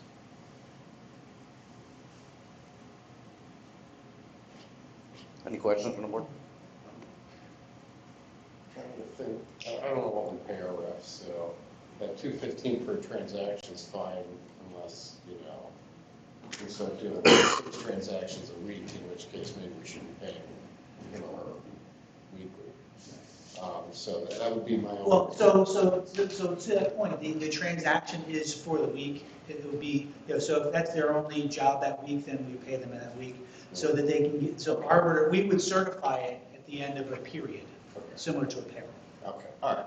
So we would track every time Jason Harris does a basketball game, and we would decide when to do it, and it would be one hit at Yeah. I mean, and That's what has been my question. They're going to take some skin to do this, that's fine. But, I know a lot of the kids that ref in the summer, they get paid like $30. That starts to be a significant percentage of, Well, so the board would pay that. No, we would pay And they would be, so the individual doing the game would get their full pay. $30. Okay. We're paying $2. Yeah, I understand. PayPal. Yeah, but it's still a significant chunk, additional chunk, it's a rate increase. Certainly. Is this a term to this contract? I believe it's year to year. I haven't done. All right, so that's my first guess, and then obviously next year, this time I want to review, like to hear a review if this really worked. Sure. And how much it costs. And how much it And it's costs. going to cost. Like the real cost. Yeah, and it's going to cost, and that's okay, but, Next slide, please. Fully automated timer. This is a $300 per meet cost, which is already built into the athletic budget, but we just need to be able to enter into an agreement. We've rented these for some of our larger events, but we want to get the regular meet times for our kiddos so they can qualify for states. And instead of having 4 coaches on the side with a stopwatch, this is the true time, and we see in the Olympics, going downhill skaters. We want to make sure that skiers. We want to make sure that they're accurately timed. So this takes the subjectivity out of the equation, gives a verifiable time to our athletes, so they can compete on a higher level. Do we not want to own one? We do not own. Should we? I guess is the. Well, that was something that was brought to our attention, and I think the ADs wanted to be mindful. It's a $10,000 investment. Mr. Tate? You said this is within budget. Yes. Within budget, fine. Thank you. Okay. Next slide, please. And this is a nice way to end the meeting. The unified track, the Special Olympics in spring of 2020. It didn't occur, but the plan was to put salaries in for coaches, salaries and benefits, and then meet expenses for about $5,300, which includes a $1,500 stipend from Special Olympics, which we receive and then pay to the individual. It allows some of our special education students who have some limitations to compete, and it's a really nice way for them to get involved in our athletics program. In spring 2021, we did a fitness hackathon, which replaced the track season, and you see the expenses there, so we spent under plan. And then the request is to just goose it up by about $100. And so I wanted to get that in front of the board so that we could materially agree that this is what we like to do. And I think it's a nice nod to our athletic kids, and it's also a nice nod to include some of our students who are sometimes excluded because of their ability, their capacity to participate. This has always been well received. Yep. I think that's it. All right. Any closing comments from the board? None? Hearing none? I have one. Thank you for having me. Oh, yeah, thanks for having us. It is 10:14, the meeting is adjourned. Thank you, Joe Hildaga. Wow.